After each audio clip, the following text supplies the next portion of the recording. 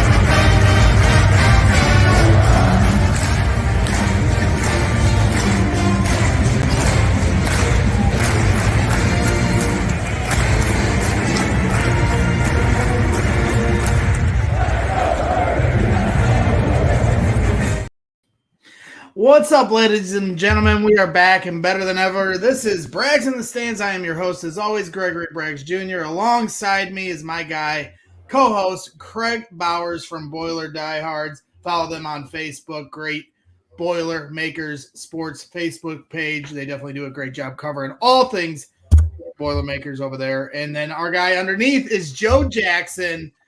Just started his new podcast, Feed the Post, and returning once again to help us talk some Boiler ball tonight. But we have a very special guest. We don't want to keep him waiting any longer because the professional that he is showing up early. When you're early, you're on time, as some coach said. It was probably Nick Saban or something like that. Here is Brian Neubert from goldenblack.com. How we doing tonight, Brian? Good. When you're early, you're on time, huh? Yeah. When you're early, you're on time. I think maybe Bill Parcells said it. Words of wisdom. Yes. So Brian, we appreciate you coming on. When we were initially efforting to bring you on before the season, you're like, I got some big news here coming up. And when you announced that you guys were being taken over by a new sports outlet, moving Golden Black to bigger pastures and trying to move up in the chain, we thought that was the news. And then of course, you announced your news of your health, and we appreciate how open and honest you were about that, because we all, I think it was cool to see how much the Boilermaker Nation rallied around and supported you, and that makes sense just knowing how close knit the Boilermaker fan base is, but also it is a testament to how much you mean to us and the coverage you bring. So it's no surprise there, and I know you've spoken at length about this, and you put an announcement on your page, and I encourage anyone to go watch that, because I just thought it was very heartfelt, and I appreciate your mindset and positivity and sense of humor that you always seem to have in all stretches of life and the way you approach things. And we won't make it about that tonight, because I want to talk Boilermakers basketball, but we do wish you all the best on your journey here these next few months. So Thank you. I appreciate that very much. Of course. So Brian, getting into the basketball set of things, it's been a lot of fun this year. Unexpected season, go from unranked to number one in the country, the fastest team to ever do that. Only 7 teams in NCAA men's basketball history have ever achieved that. And here the Boilermakers are at 12-0 and number one in the nation. You see UConn tonight, they're undefeated. They just got done beating Villanova. How surprised are you that Purdue was able to climb up the rankings this fast? Is it an element of the program and where Purdue is at, but is it also maybe a sign of the fact that there isn't too many, blue bloods that are tearing the world on fire like you'd normally see from a Gonzaga or a Kentucky or a Duke? Is it a little bit of a perfect storm when it comes to that? Yeah, it's been, quite honestly, it's been astonishing. I can't believe it.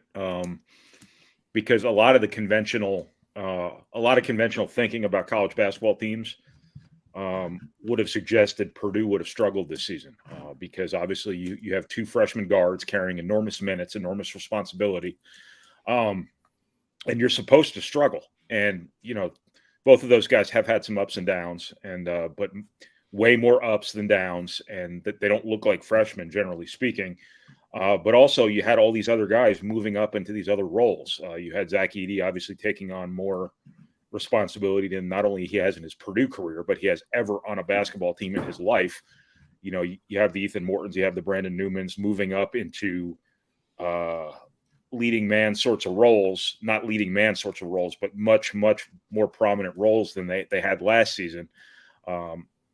And there was just a lot about this team that was unknown. And, it's been the best case scenario and then some.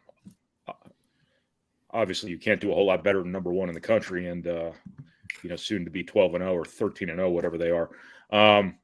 But I think what it underscores is that, what Matt Painter tries to do works when he has a willing and, accommodating team. And that happens to have enough talent to carry out what he wants to do. But also, I think just the general attitude and mentality of this team, the complexion of this team that this coaching staff has very specifically sought out, kind of stands out right now because I think, as you mentioned before, there aren't any real blue blood powers in college basketball right now. I think that's part of the difficulty of recruiting a new team every single year. But also, I think a lot of what's going on in college basketball right now, I think a lot of people have bad locker rooms because the guy with the locker next to yours is making more money than you are, and that's not going over very well. In some cases, I think there are situations too where a lot of these teams that are building programs on transfers, it takes them more time to build chemistry than when you very specifically seek out chemistry in the recruiting process and you build it before guys even get to campus. I think Purdue should have been behind where everyone else is from an experience perspective, just because they didn't have very much of it.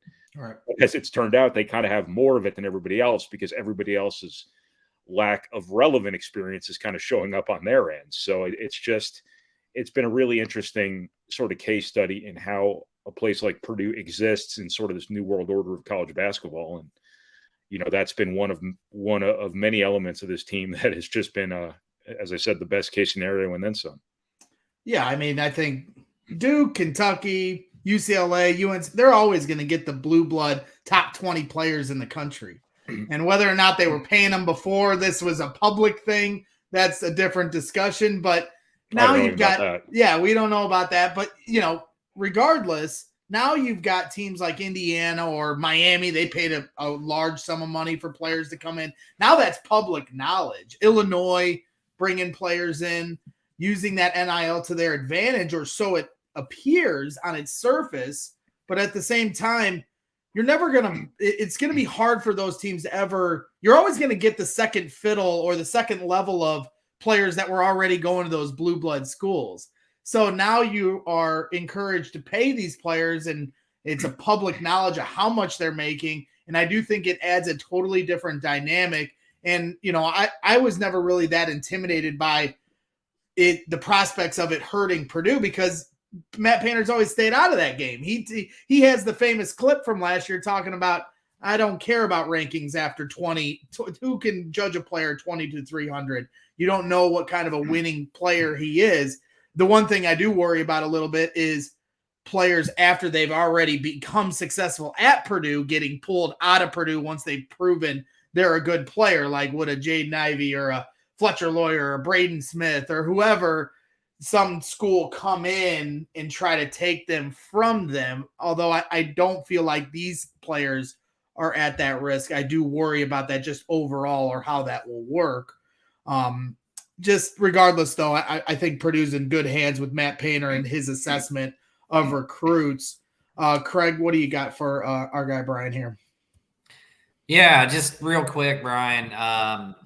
I guess what surprised you more, the freshman guard play or Zach Edey being able to play the amount of minutes he has successfully? Well, I think both of those guys, in terms of the guards, I think they had the ideal mentalities to do this.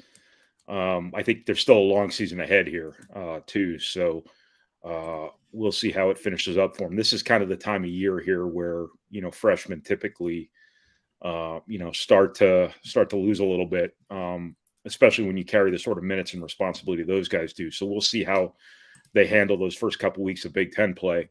But no, I don't think anything. I don't think there's a bigger surprise than what Braden Smith's been able to do. I was wrong about him. I saw him play 100 AAU games. I saw him play in high school, and I thought there was stuff he did in high school that just wasn't going to translate. And, he was going to struggle with certain areas of the game where he just hasn't struggled. I'm not saying behind the scenes things haven't been difficult on him, but nothing front-facing about what he's doing has been a problem. I thought the physical element of the game was going to be something Fletcher Lawyer was really going to have to acclimate to, and the toughest tests still lie ahead here, but he hasn't flinched. So I think there were challenges for both of those guys that maybe haven't fully materialized quite yet, but I didn't see those guys struggle against Gonzaga and Duke. I didn't see those guys struggle against West Virginia. They've crushed presses all year long. So that's a surprise. In terms of the Zach Edey minutes, I didn't think Purdue would need him to play this many minutes. Because I didn't think he'd be this good. But also I thought there would be some advantages to playing Caleb Furst and Trey Kaufman-Renn together a little bit more than, Purdue has, because Zach Edey's been so good. They haven't needed him to. So I don't know which one has been more of a surprise. I think there's been a little bit of surprise in both. I think there's been a lot of surprise in both of them happening together. Purdue could not have asked for more from Zach Edey than what they're getting from Zach Edey at both ends of the floor. He's not fouling, which is amazing. He's not turning the ball over, given his usage and his responsibility quotient on this team. That's amazing. He's been efficient. He's been unbelievable defensively. Right now, he might be your Big Ten Defensive Player of the Year on top of your Big Ten Player of the Year. Period. You just can't ask for any more of him than what you've gotten. And I don't think anybody could have envisioned him having this type of year. I think people could have envisioned him scoring a lot, rebounding a lot, but not being elite as a scorer, elite as a rebounder, elite as a defender, and a really good leader for this team. I think he sets a great tone for this team that has really been a big part of their success. That's easily kind of overlooked, because I think him just kind of keeping his head down and being the exact same guy every single day, every single possession has really set the sort of tone for this team that, last year's team really could have used. I just think both of those guys, all three of those guys we're talking about here have been everything you possibly could have wanted from them in the best case scenario, and then much more beyond that. But obviously there's a long season ahead here too. So we'll see where things end up, because as we all know from last year, you're remembered for how the season ends, not for how it begins. I do think this team's got some things that are much more sustainable going for them than last year's did. So we'll kind of see how things go from here, but so far so good. Yeah, I mean, to me, between what's more surprising with Zach Edey, you mentioned the fact that he hasn't been in foul trouble all season is unbelievable, considering last year he'd only get 20 minutes in a game and he'd be in foul trouble in the first 5 minutes of that. Now he doesn't have to worry about that minutes restriction with Travion Williams, off to the NBA G League. And now he never gets in foul trouble. And then the other part of it was, like Craig said, minutes. He played 43 minutes against Nebraska. That is maybe the most impressive stat of any stat he's had all season, when you consider how much weight and lumber he has to pull up and down the court to go up and down that court for 43 minutes. And I agree with you. The leadership thing, we brought it up on our last show when he sent the text message out to the team when they got to number one, like, hey, we haven't achieved anything. I think he absolutely learned something from last year, and I like to see him stepping up into that leadership role. Him and Mason Gillis, I think, are going to be huge for that this year with a generally young team. Brian, I don't know if you're familiar with Joe Jackson's work on Twitter. He's most known for his he does his highlight breakdowns after each game where he does a nice thread and really understands the X's and O's of the game. We've had him on here a few times. We've come on his spaces and talk basketball, but he does really great work on Twitter. So I thought I'd formally introduce you to before I let Joe fire away. Very nice to meet you, Joe. Nice to meet you too. But yeah, no, I'm kind of piggybacking off of the Edey thing real quick. Like, I think the defense is just because, like, he's not getting in foul trouble because teams just aren't going at him, and it's because of his improved drop coverage.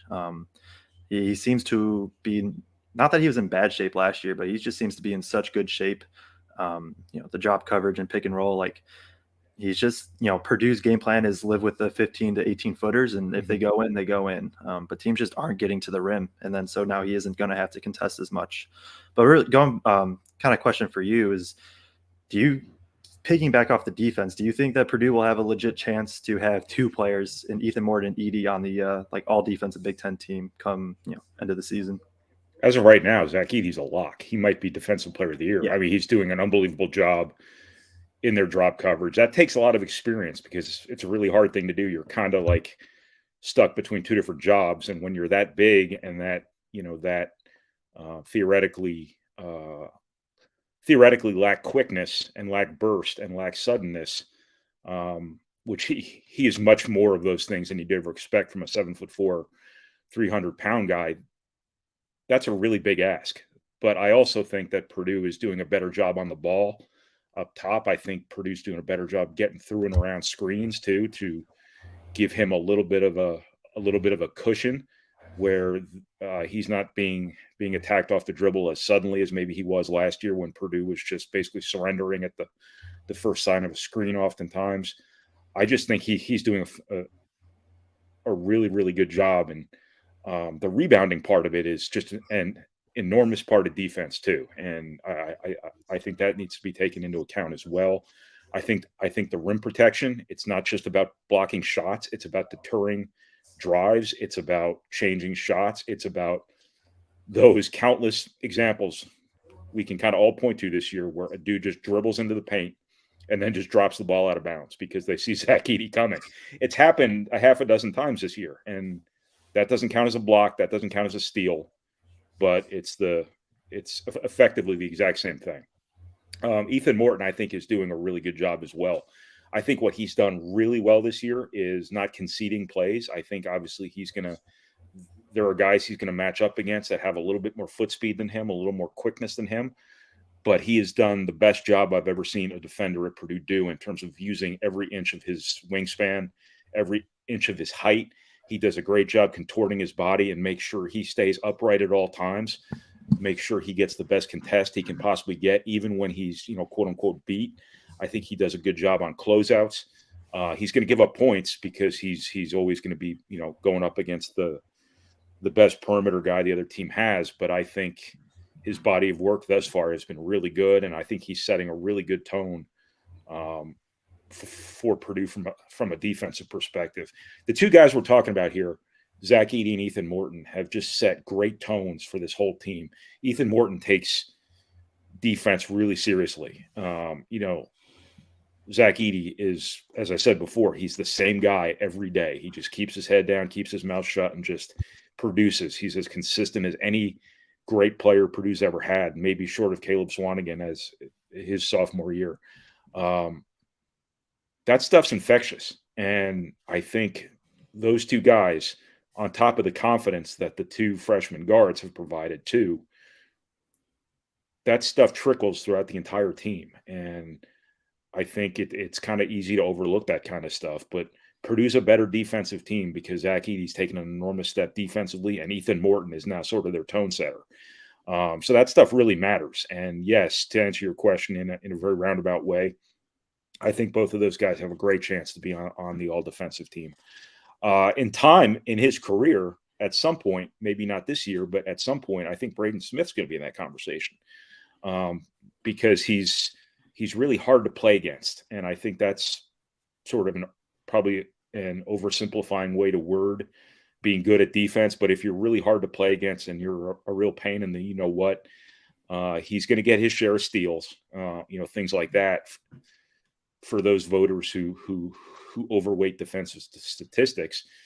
But I think he's, doing a pretty good job there too. And that's arguably the most important position from a defensive perspective for Purdue, because they predicate everything they have on disruption on the perimeter, getting into the ball, 94 feet, things like that. And I think he's doing a great job too. And when you got 3 out of your 5 guys out there doing a great job, and I'm not saying that to take away from the other 2 guys, whoever they might be, Caleb First, Mason Gillis, they're doing really good jobs as well. Fletcher Lawyer is going to be picked on a little bit, but he's holding up, he's surviving, and that's really all he can ask him at this point. But yes, I think Ethan Morton and Zach Edey are both very much in that mix for the Big Ten's all defense team. Long season ahead. The coaching and the game plans get a lot better from here on out. But can't ask for much more. I mean, that's what I'm boiling everything down to about this season so far. You can't ask for much more than what you've gotten here. That's a long answer to a short question, but that's what I got. No, we appreciate the insight, man. I've said it a million times, and I mean it when I say it. You're one of my favorite guys of any team I follow. I follow a lot of Chicago sports and Purdue basketball, and I've always appreciated your insight when you do your breakdown videos that you post on YouTube. Sometimes at 2 or 3 in the morning, it's my therapy, because I like to, when you go into those subconscious roles where you just kind of keep flowing. I enjoy that, where you try to like figure it out as you're saying it. I'm kind of the same way. When you just can't stop talking, I have the same problem. Eventually, you're going to trip on something insightful. So it's more of a bulk issue for me. If I just talk for 20 minutes, chances are 30 seconds of that 20 minutes are worthwhile. And that's where me and you would get in trouble, because sometimes my questions. I'm a high volume scorer. Yeah, and that's where we'd get in trouble, because sometimes my questions take 15 minutes to say, and then your answers, before you know it, will be on. Yeah, well, last year they were shutting the plane door on Robbie Hummel as you were still trying to talk to him.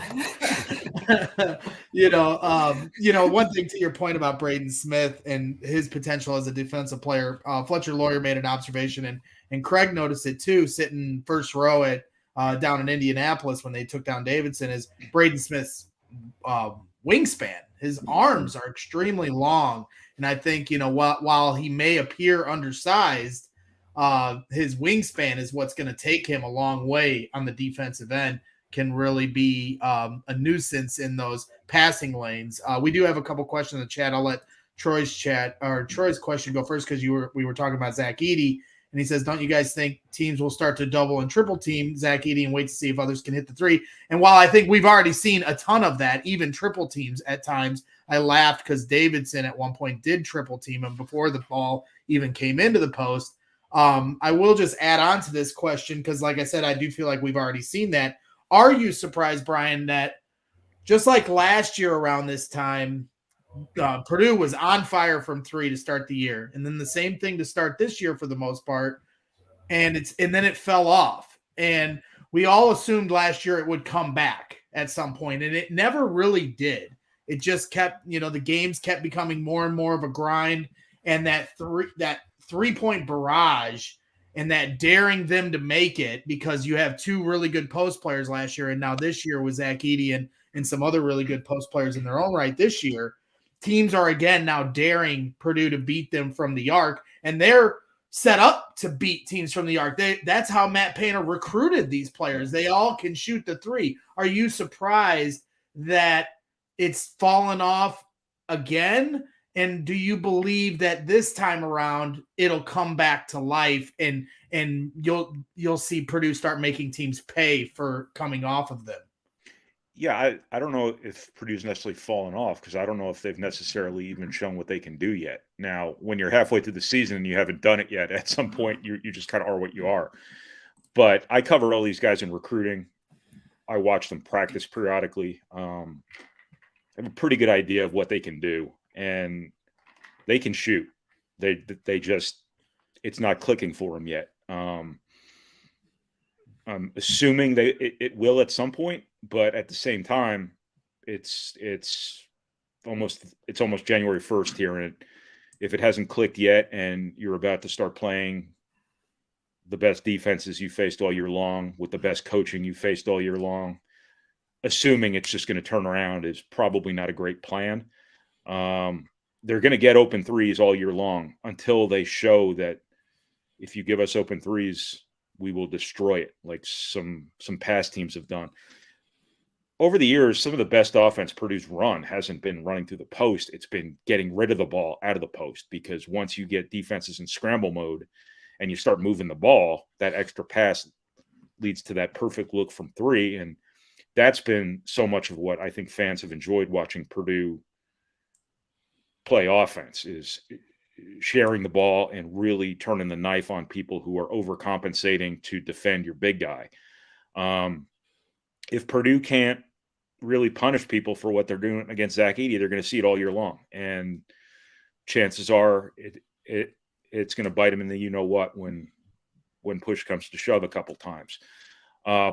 Purdue's had opportunities here oftentimes over the first few months of the season here where people open the game with 3 or 4 guys guarding Zach Edey, and if Purdue makes 4 or 5 threes before that first media timeout, and they've had great looks, all of a sudden the game's over. It would be like the Virginia game a couple of years ago where Stefanovic just absolutely ran them out of the building. And I think that's an important part of this. I think it's not just shooting a high percentage to win this game or that game, but it's also flexing your muscles every now and then to spook the next team you play into playing Zach Edey a little bit straighter up. If that's a proper word, straighter up, more straight up.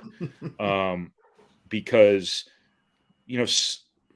Sasha Stefanovic was a really good shooter at Purdue, but he was also more than just kind of shooting this percentage or that percentage. What he was the guy that got between opponents' ears, and he dictated as much as whoever the center was at the time, how they were going to get guarded. And what he did in Purdue's offense is what Fletcher Loyer is doing in Purdue's offense now. And he commanded so much respect that it set up all their misdirection stuff. It set up a lot of their entry angles. It was just so important to what they did. I think until that time comes when Fletcher Loyer makes 5 or 6 threes in a game and just absolutely turns the game on its side, or Ethan Morton makes 3 or 4, or Mason Gillis makes 3 or 4, Brandon Newman makes 3 or 4, or whoever it might be, you're giving the next team you play even more reason to just come out and just sell out to stop Edey and make everyone else beat you. And if it comes down to that and you're shooting 31%, I think opponents will probably take your 31% three-point shooting over Zach Edey's 75% shooting at the rim, plus all the fouls he's going to draw, et cetera, et cetera. You'd have to do a pretty complex mathematical equation to figure out whether or not you're better off over 40 minutes giving up 30% three-point shooting or 70% two-point shooting, whatever it might be. But I think they'll probably take their chances with the three-point shooting. Absolutely. Craig, what do you got, bud? Yeah, in that PK legacy, right, they shoot, I think, 48% in that West Virginia game, and then 38% against Gonzaga, 39% against Duke. So yeah, that's right. They had that 3-game stretch, and obviously that's where they looked their best. It'd be interesting looking back at those games. If they only shoot 30% in one of those 3 games, it might have been a little bit of a different story. So, yeah, I do think certainly hope it comes back, need it to come back, all those sort of things, like you said, just so Purdue can punish them when they do have the opportunity and can change the way people are guarding Zach. As you look ahead, not to look past FAMU tomorrow, but as you look ahead to the Big Ten schedule, we get Rutgers at home. We've got Ohio State at Ohio State. We have Penn State, and essentially what's a road game, even though I think it's played at the Palestra. Yeah. As you look to those first few Big Ten games, what are your thoughts going to those next steps as we start Big Ten season over again?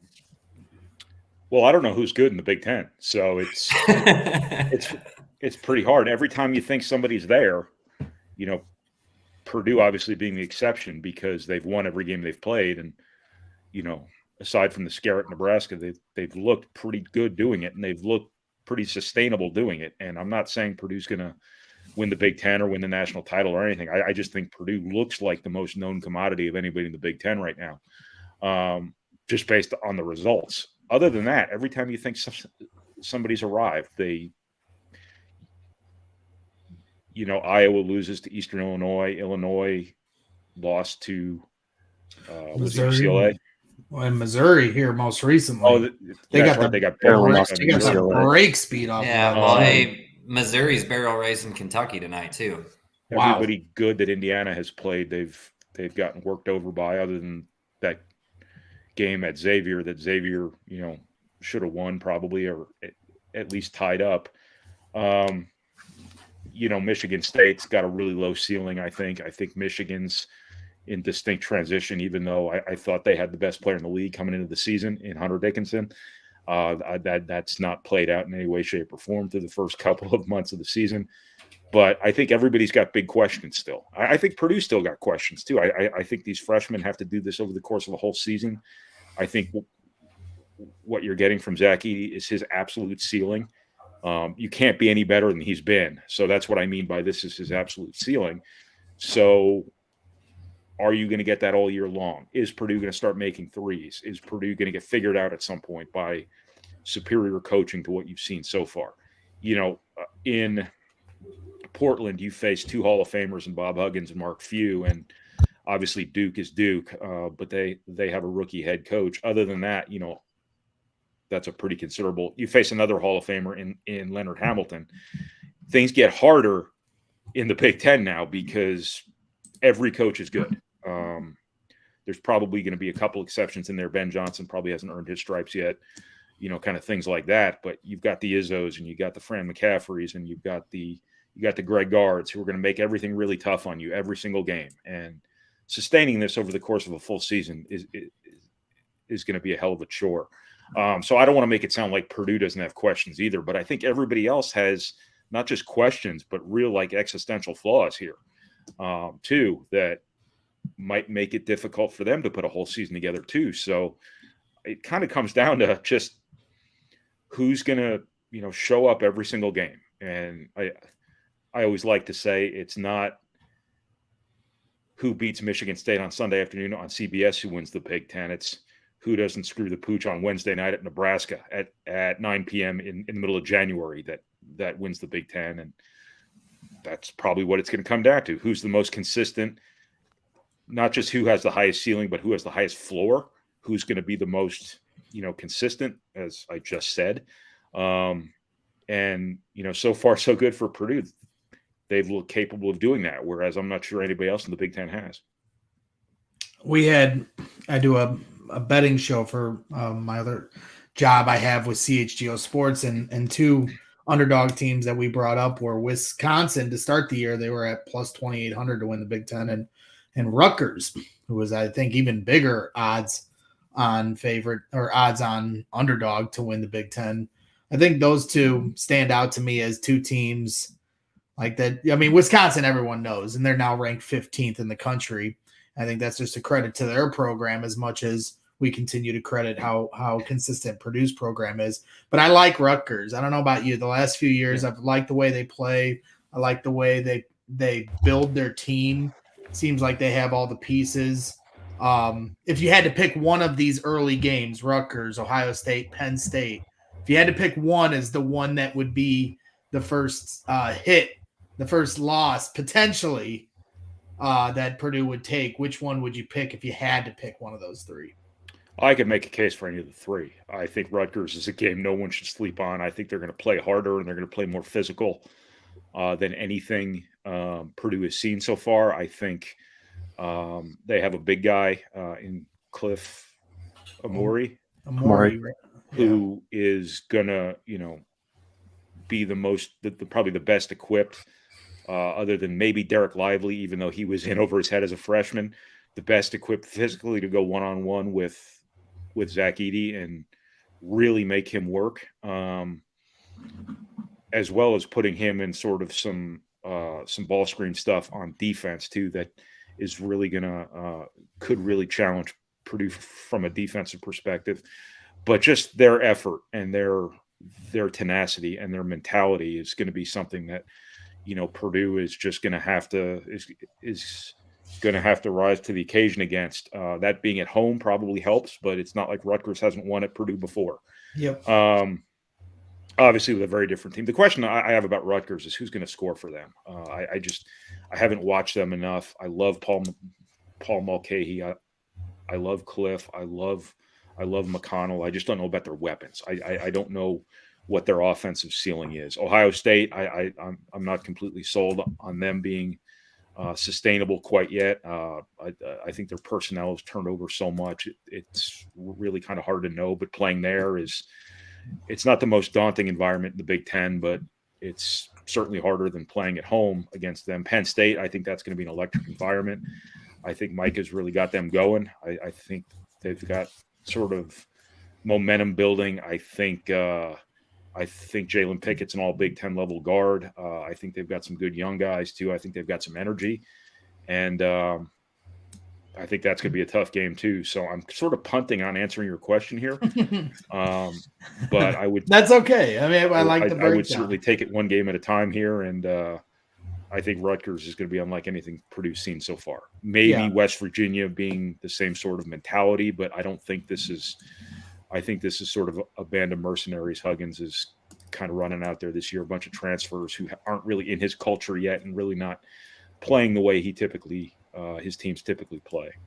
Yeah. Have you seen where they're at in the net ranking though? Like West Virginia Virginia up there now, aren't they? Yeah. Yeah, they were like 9 a couple of games ago, and they're like 11 now. That's going to be a good win for Purdue. Nebraska might end up being a good win for Purdue if they can hang in that top 75. Yeah, I don't know if they're gonna, because they're going to lose a lot of games the rest of the season. But the Big Ten's gravitational pull on your resume, you never know. Purdue's got a hell of a resume. They've got the best resume in the country, probably. Without question. And as far as Rutgers, who can score? Their freshman Derek Simpson is lightning in a bottle, but he's still a freshman. So it'd be interesting to see how he handles that Mackey Arena crowd. Well, and you got to think that's a break game too. And like I was at this is like the Wisconsin break game last year, and the crowd's whatever, and then Wisconsin just does enough. Johnny Davis goes off, and it's a early season loss that comes back to bite Purdue. Something to you're watch right. for that too. Fans got to show up, but I'll give the fans credit. Without the student section last game against New Orleans, they tricked New Orleans into shooting the ball with 3 seconds on the shot clock, doing the fake countdown. So, hey, the old timers, it wasn't the kids that tricked the players into shooting early. It was the old timers in the student section. So shout out to the alums. All the games where Purdue shot the best, as mentioned before, were all neutral site games, right? Yeah. Mm-hmm. Maybe that's except Minnesota. Shooting Minnesota, they shot like 41. Yeah. Don't get caught up in all the sort of visceral stuff of having your home crowd there. Yeah. I don't know. No, it's true. Like when normally the backdrops, they say going to like NBA arenas, sometimes that'll throw off college athletes because the backdrop is so much different. So that is an interesting observation. And then when they play these tournaments, they play with that ball that they play in the NCAA tournament, which I know a lot of players didn't like. Joe, what do you got? Yeah, kind of teams have shown they're going to double, triple ED. I don't think that's going to change anytime soon, even if Purdue starts hitting shots. They've shown, I've liked Lawyer at times. He's shown like the ability to attack off the bat or off the dribble, really attack closeouts. But the other guy is Braden Smith, the point guard. I watched probably 6-7 of games of his senior year, and you could just tell right away that he's a gamer. Fiery, just going to kind of let you know that what he's doing, and he's going to execute.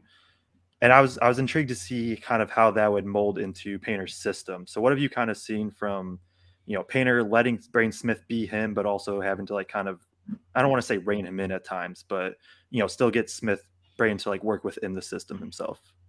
Well, I think they're trying to get him.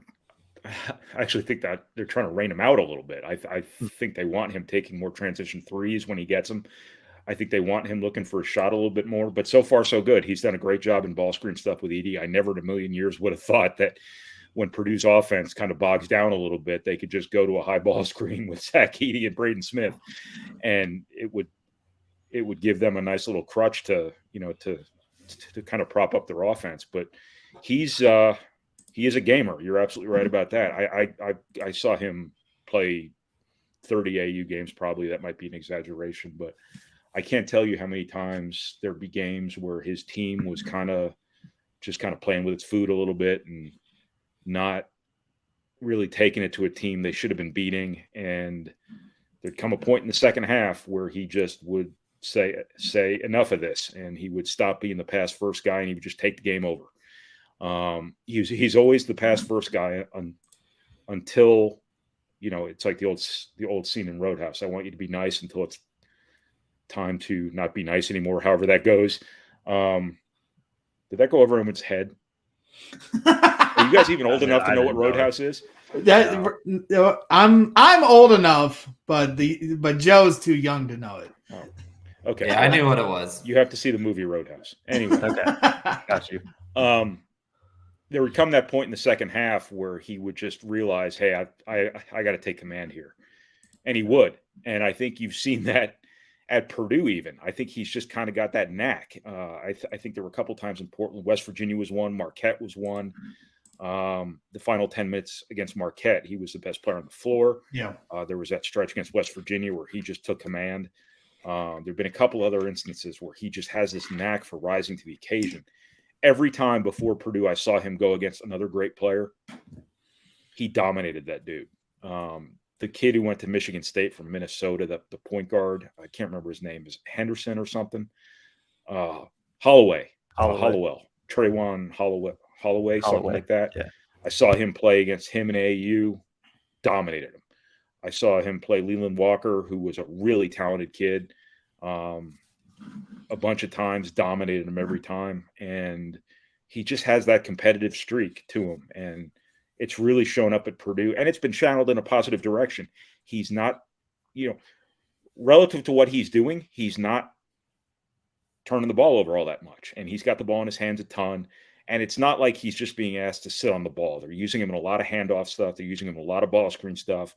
He is getting to the basket. He is breaking down defenses off closeouts, off angles, off handoffs and ball screens. And he is getting the lane, and he's pushing the ball in transition, and he's doing a hell of a job. I think he's averaging, 2 turnovers a game, something like that, maybe. And that's pretty good for a true freshman in the Big Ten who's played the schedule that, Purdue's played so far. I just think he's he's been way ahead from a maturity perspective than anyone could have imagined. I think his competitive nature has translated. Best case scenario, it's never got the best of him. One of my big suspicions about him coming from high school to college was he was just going to decide, okay, I'm just going to take the ball from you now. And he was going to get called for a bunch of silly reach-in fouls, and he was going to get in foul trouble. And then Purdue's lack of depth at point guard was going to show up. Hasn't happened at all. I thought he would leave his feet too often in traffic. He would drive the baseline, and he would get up in the air, and he would get called for charges, or he would throw the ball into the fifth row. That's what he could get away with in high school. It's happened a couple times, but it's not happening all that much. It's not the stuff that he easily could have fallen prey to, given his nature, given his sort of unreasonable at times competitiveness. It's just not been a thing.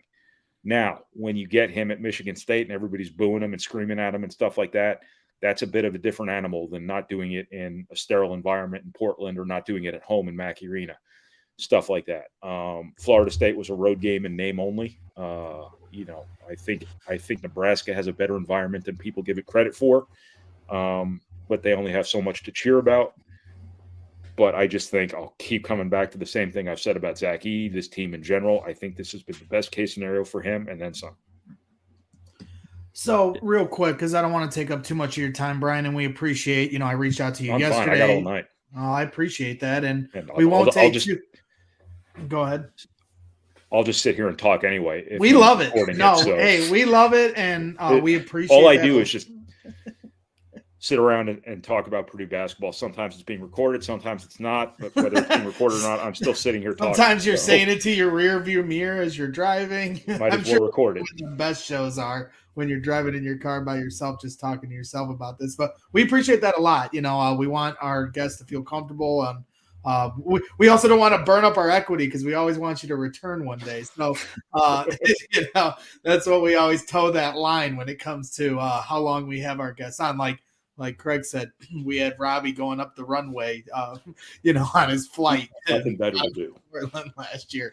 Rob's got nothing better to do, believe me. I know what he does with his spare time, and believe me, he's got nothing better to do. And Bobby Riddell's, a real friend of this show and comes on a lot. And we need to get Robbie back on because me and Bobby have some unfinished business with bashing Gonzaga to him here soon. So, you brought up, something you always say, and you said it last year, you were ahead of it more so than a lot of fans and media members when it came to last year's team, saying there were certain things that weren't sustainable as the season was going to go on. And, me being, we're going to win it all every year with any team I root for.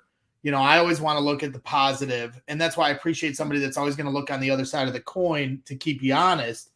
And, there's always a lot of comparisons to last year to this year. You've even had a few of them on some of your, post-game breakdowns on YouTube that you do for blackandgold.com, and a lot of fans go to it, right? They bring up the comparisons to last year's team versus this year's team. And I think both are great in their own right. So, here what we try to do is not bash last year's team by talking about the strengths of this year's team. But you mentioned it. You said this team's not perfect either, talking about this year's team. And we had a question in the chat, like, what is their weak link? We talk about all the things they do great. They have a potential national player of the year. Their freshmen are playing out of their mind. They have great cohesion, and it's truly a Matt Painter DNA type of team. You can just see that with the way they move the ball, with how connected they are. But if you had to look at what their flaws are, what their weak links are, where would be the first few places you'd go when you'd assess that? Yeah, I think they still have to be tested from a defensive perspective against really good offenses, really good players. And I don't know if that's necessarily happened yet, even though they've played Duke and Gonzaga, and it's completely counterintuitive to say that. I think they have to find some offensive balance. I think right now they're way too Zach Edey dependent. That doesn't mean you can't win the Big Ten this way. This doesn't mean you can't win a hell of a lot of games this way. But when you're looking at being the best team you can possibly be, I think they've got to find some balance. They've got to find somebody who can get a shot when they need a shot. I think they've got to make more threes. I think that goes without saying. Again, I want to couch this in they're undefeated. They're number one in the country. So weaknesses are relative. Concerns are relative. But we have to talk about something. And I think it always makes sense to look at what might got you beat instead of all the things that have made sure you haven't gotten beat yet. I do think offensive balance is right up there. I do think at some point in time you run into really elite athleticism. Maybe you don't shoot the ball as well as you need to overcome that deficit.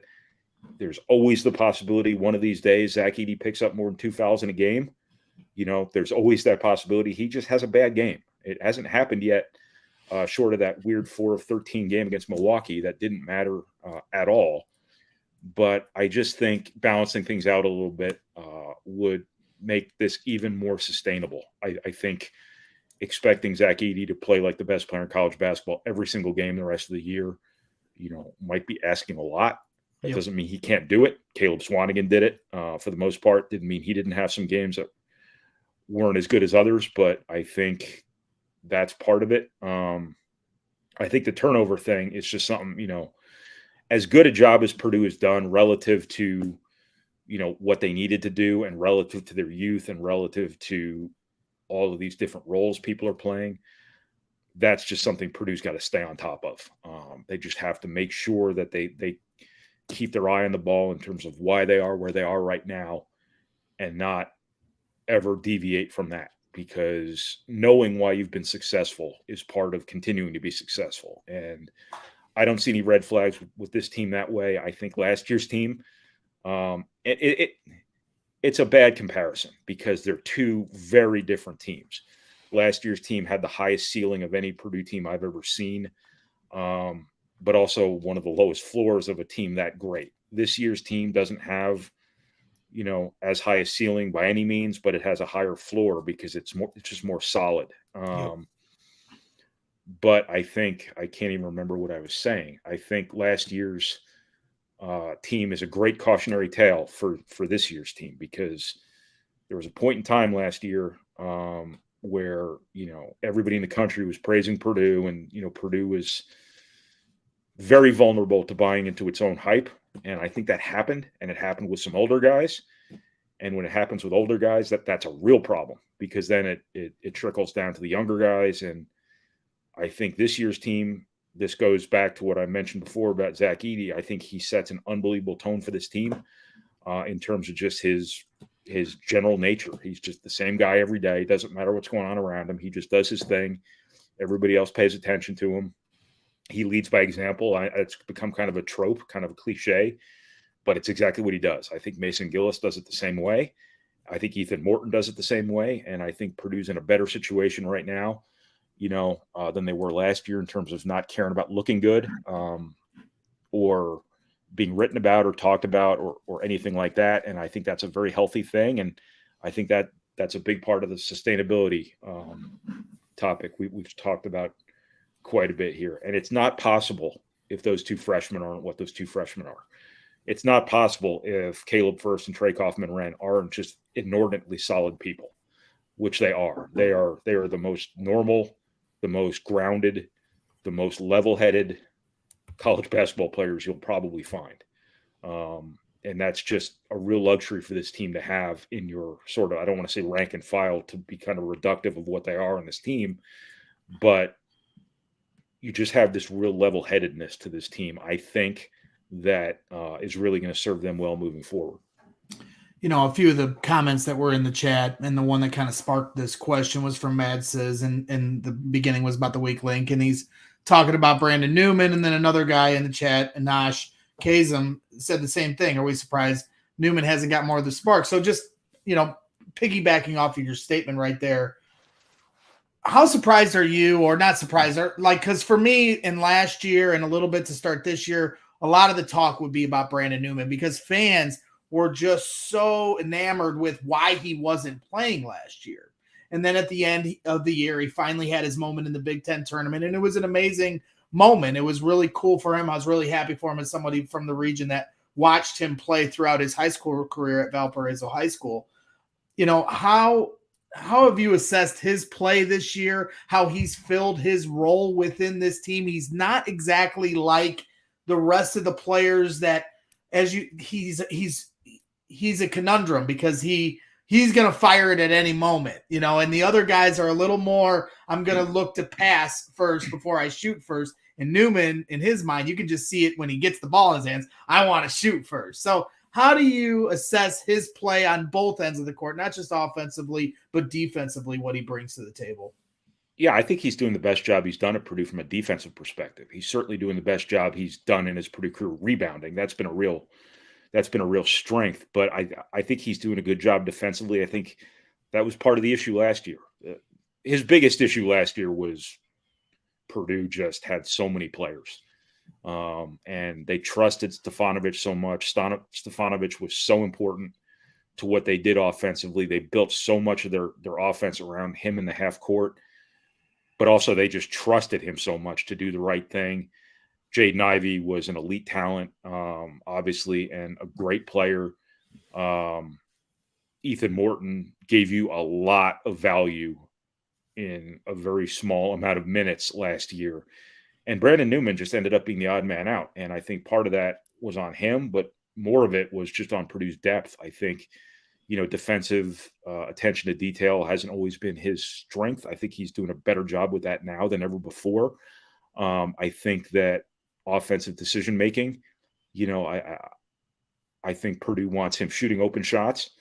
If he's not shooting open shots, he's taking one dribble into his pull-up or moving the basketball and not trying to dribble into traffic and doing things that might not necessarily be his strength. I think he still has some moments there where he kind of lapses, but by and large, I think he's done a pretty good job. Now, when he takes that one dribble off a closeout and kind of pulls up into that long two, he's got to be ready to start passing that ball, because good defenses are going to scout the hell out of him, and they're going to understand when we have a good closeout on him and he dribbles, that ball's going up. He's got to be ready to make that next basketball play. I'm taking this in a weird direction now, but I think that he's doing the best job he's done defensively. He's doing the best job he's done rebounding the basketball. He's not making shots the way, he'd like to be making shots, and nobody's harder on Brandon Newman than Brandon Newman is. That's when somebody's not playing, it's kind of human nature. It's sort of the nature of fandom for people to be like, oh, the coach hates him, he's in the doghouse. That's very rarely reality. Almost never is that reality. Brandon Newman would probably, if you got him in a moment of honesty, and he's a pretty honest kid to begin with, so I don't know if you'd have to twist his arm very hard. I think he would tell you he understood completely why it was going on. He may not have loved it, but to his credit, he stuck it out, and here he is. He's got to start making shots. That's what he's out there to do. Yep. It's not the only thing he's out there to do, but it's the thing he's maybe not doing at the rate Purdue needs him to. He's doing a good job shooting transition threes right now, but in the half court, it's not really clicking for him yet. He's too good a shooter, to only shoot 30% or 31%, whatever it is. But you can say that about a bunch of dudes on this team. I mean, you look at Ethan Morton, who was a mid-40s guy last year. Yep. He's shooting different shots now than he probably was last year, as is Mason Gillis. It hasn't quite clicked for those guys yet. Fletcher Lawyer, I think, is going to be an elite shooter. Whether or not he'll ever be a 45 to 50% guy at the college level on the sort of volume he's going to carry, that's sort of a big ask. But I think that it's just a matter of time before Brandon Newman has that game that kind of knocks him out of the funk. In the meantime, he just needs to be solid on offense and kind of keep doing what he's doing from a defensive perspective. Yeah, I mean, I think him diving out of bounds with the beer splashing in his face really embodied what Brandon Newman's been all about in the buy-in. And to add to that quickly before I let Greg go, Craig, fire away here, and I'll let you two get one final question, and then we'll let Brian go. But I just think the other thing that you got to give Brandon a lot of credit for in the day and age of transfer portals, he could have easily taken the easy road out and transferred to Valpo or something like that. And he didn't. After the trials and tribulations of last year, he dug his feet in the dirt and stuck with Purdue. And to this point, I think it's paying off. And he's found his role on this team. And let's hope that offensively he can get it firing away like we all know he can. Go ahead, Craig. Yeah, I got to apologize for my rural internet first. I haven't had this much trouble in 2 years of shows, but I don't know if it's the wind that's out there tonight or what. But for whatever reason, my Wi-Fi has just been acting up all night long. But yeah, I think one of the things that's just like when you look at Brandon's stroke, in my mind, and Brian, you can speak to this. You've been around a lot of years and watched a lot of shots. That's perplexing is. Like, to me, he has one of the prettiest strokes I've ever seen a Purdue shooter have. So you kind of are almost shocked when it looks so good leaving his hand. You're almost shocked sometimes when the ball doesn't go in. I think back to the Stevens kid who transferred. He had an incredible, just a pretty jump shot. So that sometimes maybe just surprises you because it looks so good when it goes. One of the things that jumped out to me last game, and what was the guy's name? Whoever from Lafayette who called in the Matt Painter show. I don't remember the other day. That was telling Matt Painter what the tail from the M tailgaters. Yeah.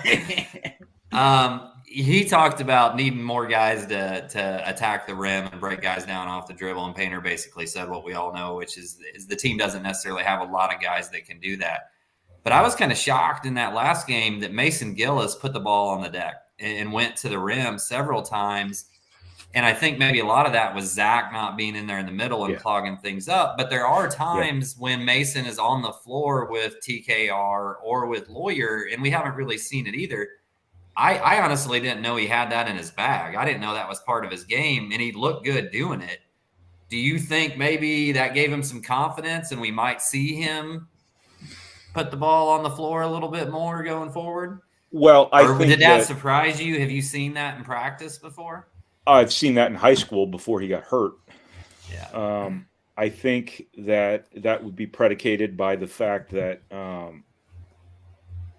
if he's making threes and people are really closing out on him, that would certainly play into that's hands. But chances are, under most circumstances, he's going to put that ball on the floor. He's going to look up and he's going to see Zach Edey and four guys guarding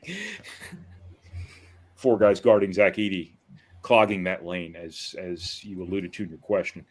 That was sort of the great dichotomy of last year's team, is you have this elite penetrator in Jaden Ivey who can just go past anyone in his path. And then once he's done that, you run into Travion Williams, Zach Edey, and like four guys.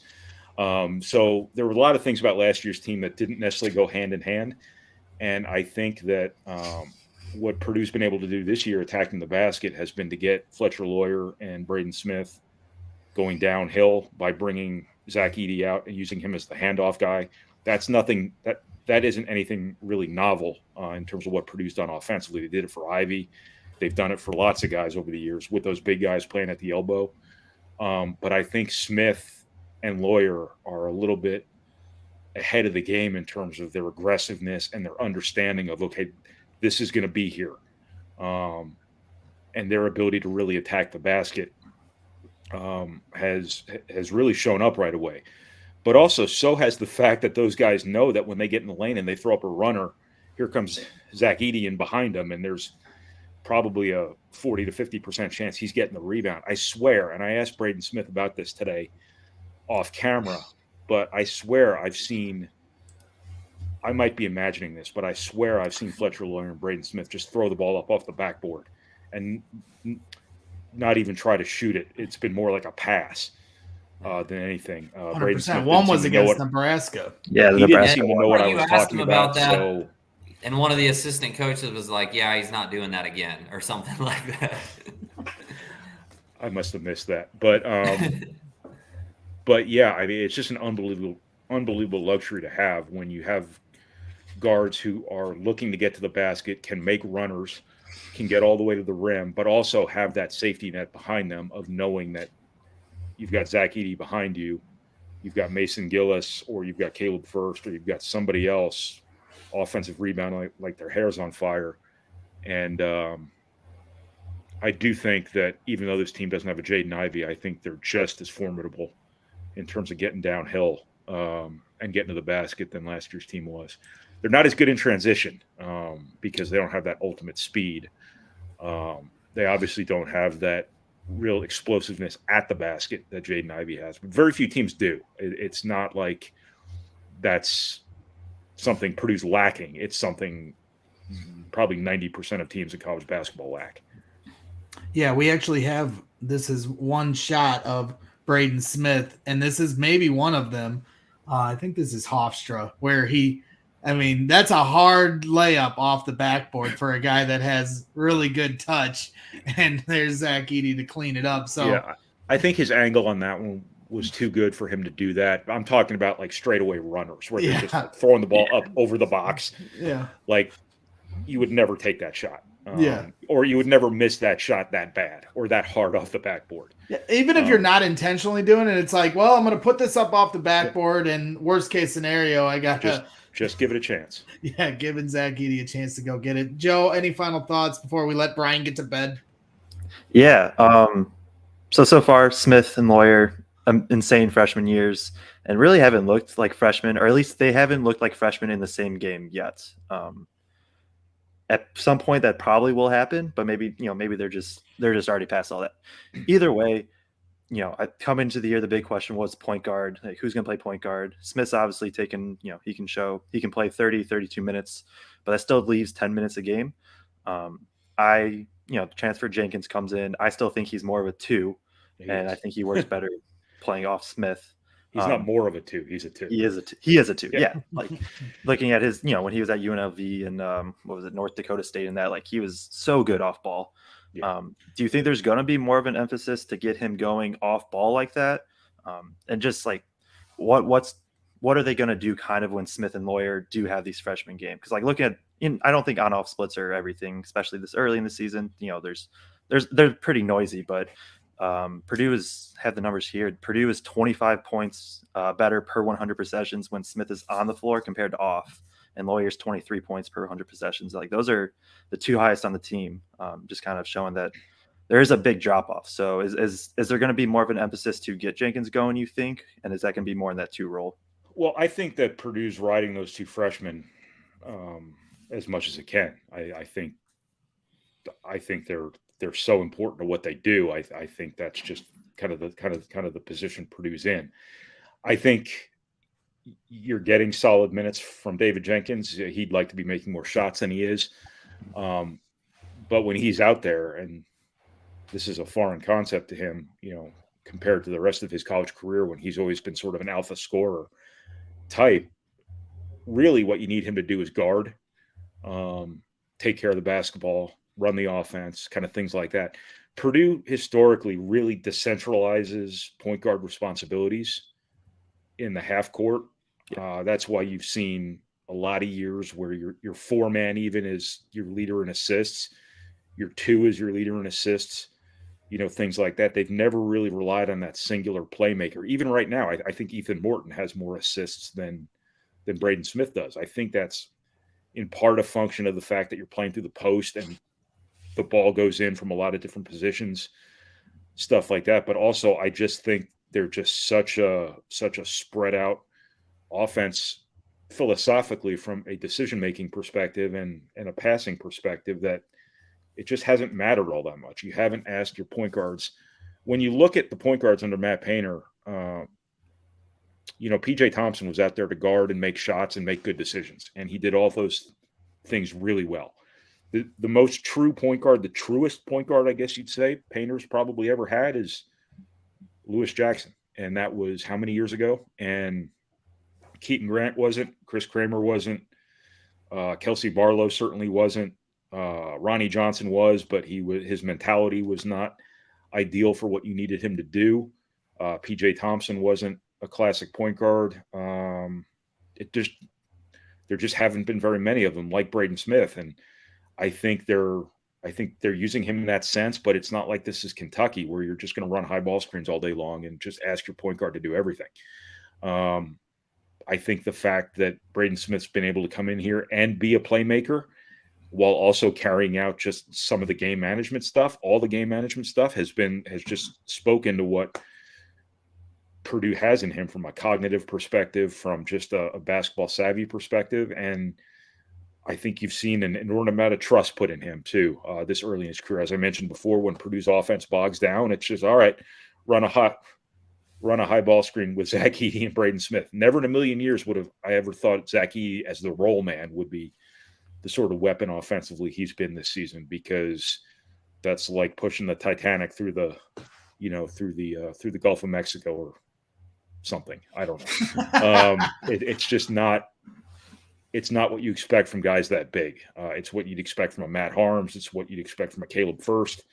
He doesn't have the ability to stretch the floor as a 3-point shooter, so that element of the whole ball screen dynamic's not really there. But Braden Smith's done a great job in those actions, and he's capable of doing both. If you want to put the ball in his hands and say, go make a play, he's obviously shown he can do that. If you want to just take the air out of the ball in the half court, just kind of rely on your ball movement, play through the post, he can do that too. So you have kind of the best of both worlds there, but Purdue hasn't really overloaded him with too much too fast. They've given him, what he's ready to do. It just so happens he's been ready to do, damn near everything.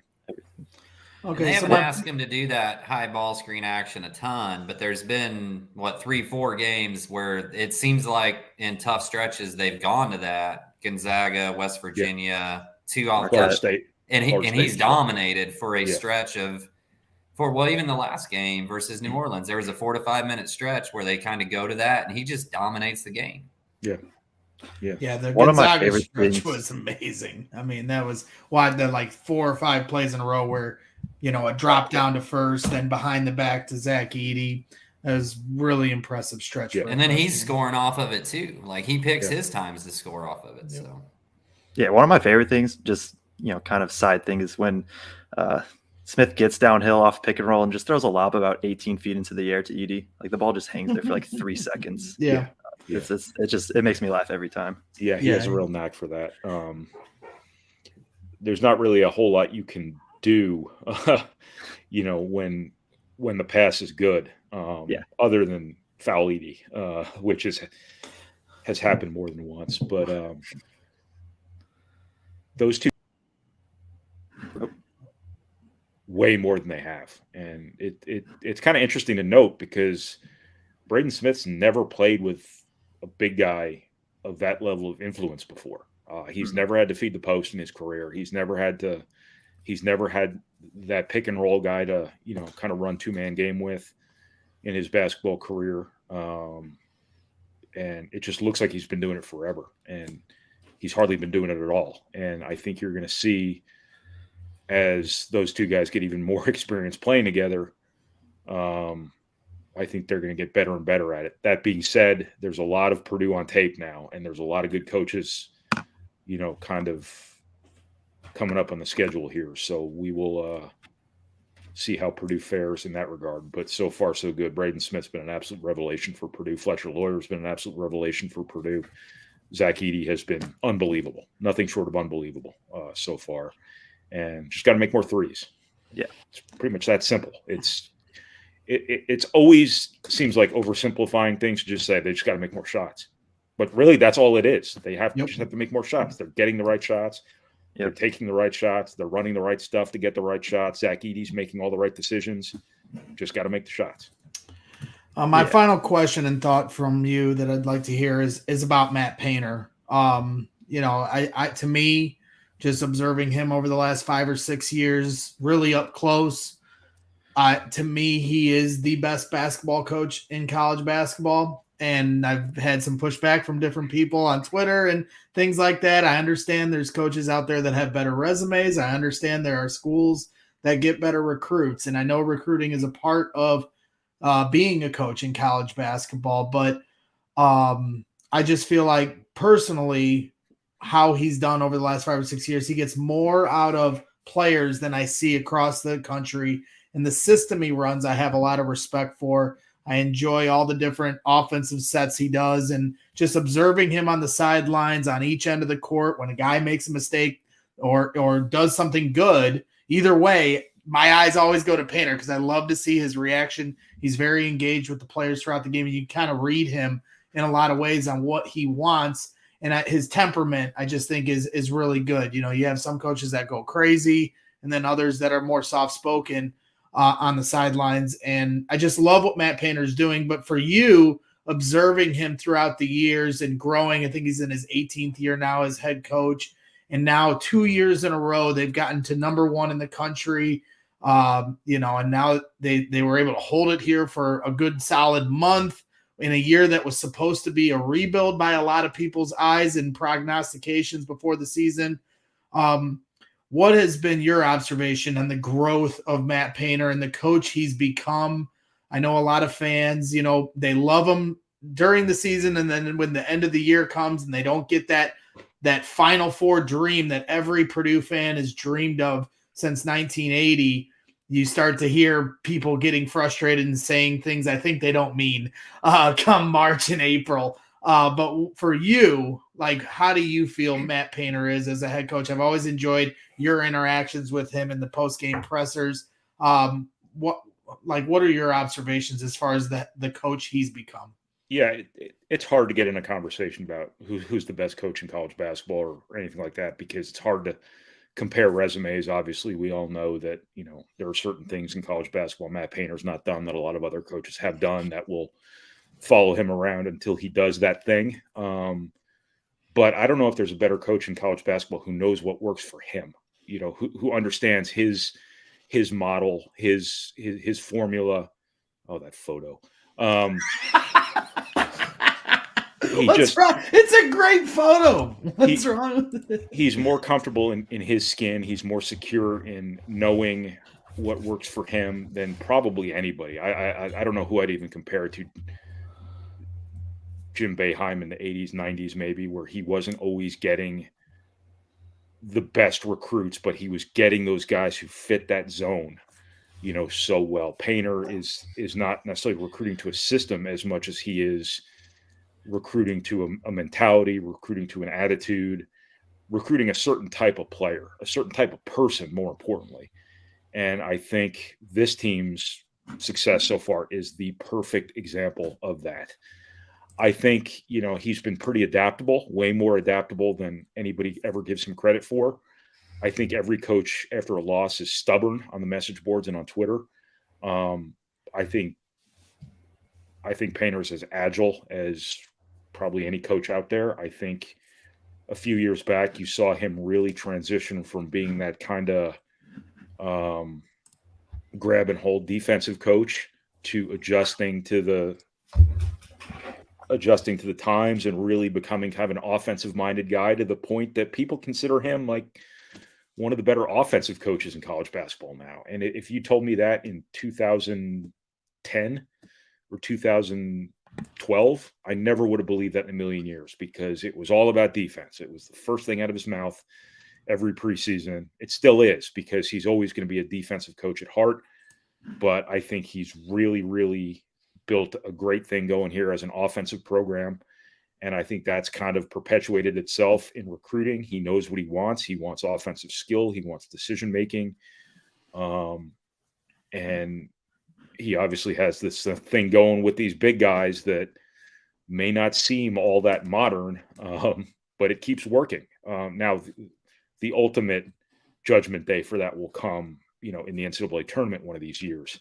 But I think that, just kind of a long story short, I think he's been really adaptable. He's been really able to change with the times. I think he's more comfortable and confident in his own ability than ever before. I think he used to be just a 24-hour basketball guy when he first started here, to the point where you kind of wondered, is this guy even a human being? Does he even enjoy his job? Now it's completely different. He's an entirely different person now than he was 10, 12 years ago. And he's a much better person than I think he was.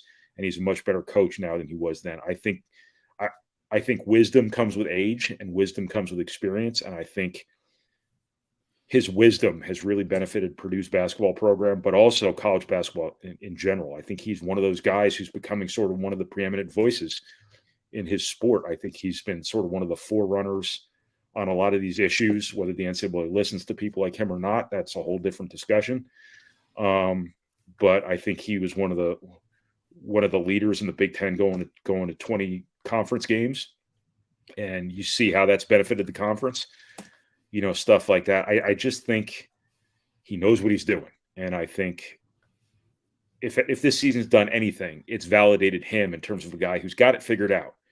It's just a matter of having that breakthrough year that really puts Matt Painter on the tips of everybody's tongues and kind of puts him in that strata Jay Wright got into a few years ago, or Bo Ryan didn't get into until the very end of his career, kind of things like that. But he's still, he's 52 years old. He's still got a ways to go. He is his best coaching self right now, and he's got a long way to go here. So I don't know if he's going to be that guy who coaches till he's 90. I'd be surprised if he did. But he's not going anywhere anytime soon. He loves being at Purdue. This is his dream job. He treats it accordingly. Purdue's lucky to have him. I will just kind of say that much. I've been saying that even before he had back-to-back number one teams, and I took a lot of hell over that over the years. But I don't say stuff I don't believe, contrary to popular belief. So that's kind of my 2 cents on Matt Painter. I've seen him up close for 20 years. I know his process. I know how he works. I probably know him better than anyone who's not within his program. And I'm just telling you, he's really his best self right now as a coach and a person. And I think that the best may very well be yet to come. Well, I'm right there with you step for step. I really appreciate your insights all night, over an hour long. And I can't tell you how much that means to me and all of us here and everyone that's tuned in. We got Justin Inman sending his well wishes to you. Again, you've spoken about your health and what you have coming up down the road. And we wish you the best of luck and all of that. And we know you're going to come back, knock it out of the park and come back hopefully as soon as you can. and bring that amazing coverage that you always do. So it was great to see you for the last game. I'm not going to be there tomorrow. Unfortunately, I got to lay the bricks. I'm a bricklayer by day, so gotta pay the bills at home. But we appreciate you a lot, and I'm sure you know that, but we want to make sure you know it here.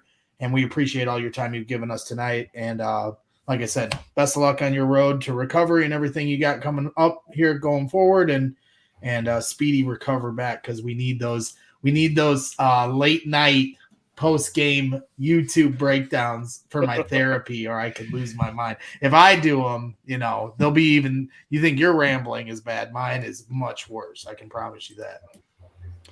Well, thank you so much, guys. I really appreciate it. The last couple of weeks have been, I can't even put them into words. I didn't say anything about this for attention. I'm not terribly comfortable with the attention, but I simply did it to protect our staff from speculation over what might be going on once a new face showed up. But the last couple of weeks have just been absolutely overwhelming, and I certainly appreciate all your kind words and everyone else's kind words. And don't have to worry about me. I will be okay. But thank you so much for thinking of me, and it is very much appreciated. Yep. Well, here's to a happy new year, and here's to 3 for 3 for you. You can be batting 1,000, and we'll see you here very soon. I'm sure we'll catch you at Mackey before that. Yeah. So thanks again, and have a great night, Brian. No problem, guys. Thanks for having me. That is Thank you. Thanks, Brian. I appreciate it. That is Brian Neubert from goldenblack.com. Make sure to follow him on Twitter at Brian Neubert, and go to their YouTube page, goldenblack.com. I'm sure for those of you that are watching, you already know everything that he's up to on there, and follow along with their work, not just with basketball, football, and everything else they're doing. A lot of big news in the football world. No, we don't. We stick to basketball over here. Mike says, could have listened to him for another hour. We weren't going to torture him that bad. But man, does he bring some really great insight. So, so Joe, and Craig, if you need to step away for a second, I know you were texting me, feel free. I know you've got a job to do too. So if you need to step away, you're more than welcome to. If you can't come back, is that the case? No, I'll be all right. I'll be able to be back on here in just a second. All right. Well, got to run down there and check quick. So got to check the sheep. The sheep. My daughter's blowing my phone up saying there's a lamb coming out. I got to come out there and make sure all that birthing. Lamb. I always say sheep or lamb. It's not. It's sheep. A baby. A baby is a lamb, Brax. A baby. Okay. Baby lamb, sheep. I'm learning. Okay. I'm the city boy. All right. Yeah, you gotta come out to the farm sometime. We'll put you through the process. I'll let you pull one. Go through the whole stuff. Your daughter would love it. I've got 30 baby lambs around. Your daughter would love it. I was going to say, I'll take you up on it, and I'll bring my daughter Addison, and she would, if I have any hesitancy, she'll be all about it. So, happy to take you up on that. I'm not afraid to get my hands dirty.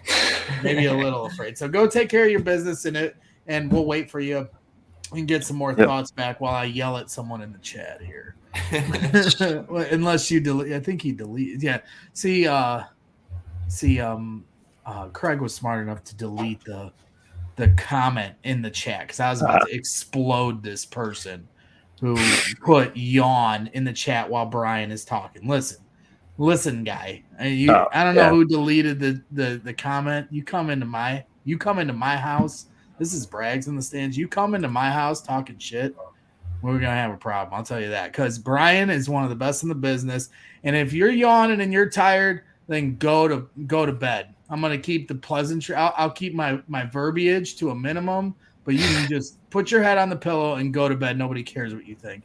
That was one of the better interviews we've had in our history here covering Purdue basketball. So that's right. Time for lambing. Walter Evans, Craig's off, taking care of the lamb. He'll be back. Linda, thank you. See, we got people that have our back here. I mean, I had like 5-6 more questions I could have. I was wanting to ask. Obviously, and it seemed like it seemed like he would have stayed on, because he's just very gracious like that. Want it's a fine line, and I gave him the opportunity to take out to get out of here, but he seemed like he wanted to get in it a little more. So, hey, I'm not going to fight him on it. But like I said, we always do our best to not burn our bridges with our guests. We've had a great slate of guests this year so far. We started the year with Matt Painter, had Chris Kramer on. We had Fletcher Lawyer on right after they beat Gonzaga and Duke. We've had plenty of special guests. Brian Neubert, definitely right at the top of that list. And we're going to continue to bring on great guests here going forwards, maybe some different current players and former. And, Bobby Riddell is always one comment or one phone call away from coming on. We appreciate time. We invited him on tonight, but he's watching a movie with his wife. So we don't make him come on. So anybody that thinks he's hostage over here. Joe, again, for those of you that are just tuning in, that I introduced Joe to start the show, and he's been on before. Again, more of our great guests when we had Habitual Boiler on of Boiler Up, Beer Down, and then what you're doing. Even Brian said, Feed the Post, and that is your new podcast. Yeah. Make sure you guys are following that at Feed the Post _ at the very end on Twitter, and where you can find it on podcast outlets. You and Aiden Kuntz do a great job breaking down the X's and O's. And again, for those of you that may not know that are on Twitter, Joe does the highlight breakdown threads where he breakdowns almost every play, it feels like. I mean, it's like a solid 30 or 40 plays. Every time I do one, especially if it's, like last game's not as big of a game, I tell myself, like, all right, we're going to limit it to, 20, maybe 30 clips max. And then I just keep going. And then it's like, oh, no, this play's important. And then I look down and I have like 25 clips at half. I'm like, oh, well, I guess this is, another 30-minute read for anybody that wants to go through it all. And, we appreciate it a lot as it makes us smarter fans, more informed fans. So the work you're putting in and giving that out for free on Twitter, is appreciated a lot. And the hard work is appreciated. So for those of you that aren't following Joe, make sure you follow him at Joe_Jackson 2210. Mad says this guy rocks. So David Hidd says, Boiler Up. I'm hoping for a Newman ice-breaking game tomorrow night. I think he needs one game to get going, as do maybe a couple of guys. Yeah, this is their last chance, right?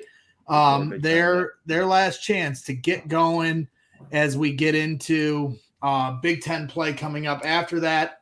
You got Rutgers, you got Ohio State, you got Penn State. You got very little time off in between each game for the rest of the season after this. So, I'm assuming Zach Edey is recovered from his flu or whatever he had, so he should be back. I guess we'll know for sure tomorrow, as that all took us by surprise for the last game. But I thought that was good medicine for them to play without Zach Edey.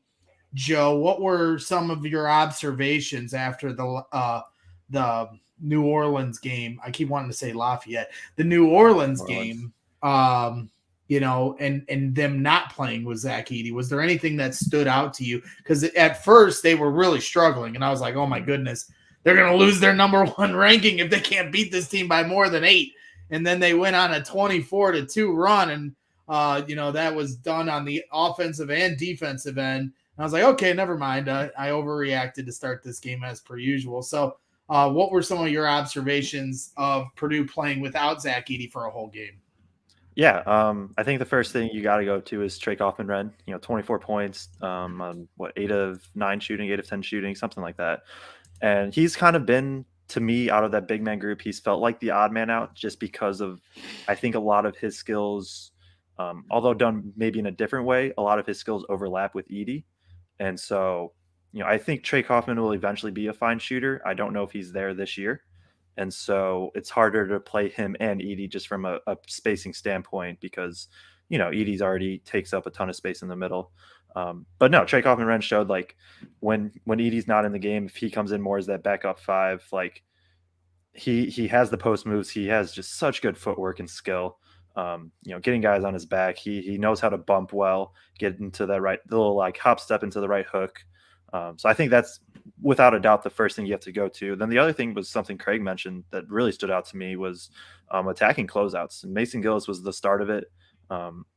Attack 3-4 closeouts in the first half, like just stuff we've honestly haven't seen. It was one of when I was kind of previewing players this offseason. It was one of my bigger questions for Gillis was, can he become it sounds harsh to say a one-dimensional scorer, but like more than just a 3-point shooter if needed. I still think his best skill will be at the 3-point line on offense, at least scoring the ball. But and then the other thing is, and posted the clip, it blew up on Twitter, was just the hustle that these guys give every game. The one play specifically was, New Orleans sets a really high ball screen. It was with Jenkins. They put Jenkins and Gillis into action. They switch, and then for whatever reason, New Orleans switched back or set another screen. So then Purdue switched back, gave up any advantage they have. That's aside the point.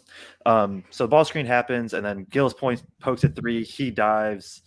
Ball gets batted down, and then three Purdue players, I believe it was Jenkins, Newman, and Lawyer maybe, they all dive at half court, and then Gillis was about to dive a second time, except there was a shot clock violation. And that was at that point, they were up 20 already, against a team that's not going to come back, but it didn't matter. Like, they're still just giving that full effort. And that's, when Edey doesn't have a good game or doesn't play there, but kind of going to the future, if Edey doesn't have a good game, if these freshmen look like freshmen, which, like I said, maybe never happens, but and stuff like that happens, like it's going to be big to be able to rely on those hustle plays, that just intensity that they can bring.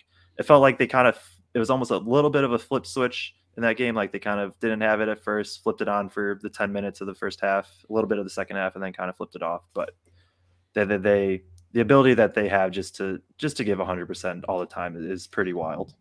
Yeah, it's becoming their DNA. It's becoming what their identity is. When you see Zach Edey diving to the floor before anybody else in a previous game, I think that was. I mean, you had that moment that you put up, like you said, where 5 guys are diving the ball. Mason almost dives at it twice.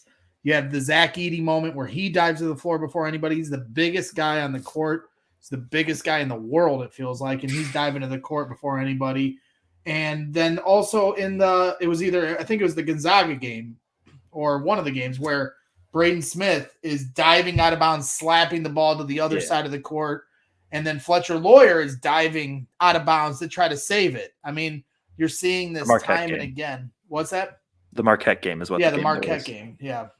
So, I mean, it's becoming their identity, and that's a great identity to have because that's something that can carry over game to game. You may not hit shots.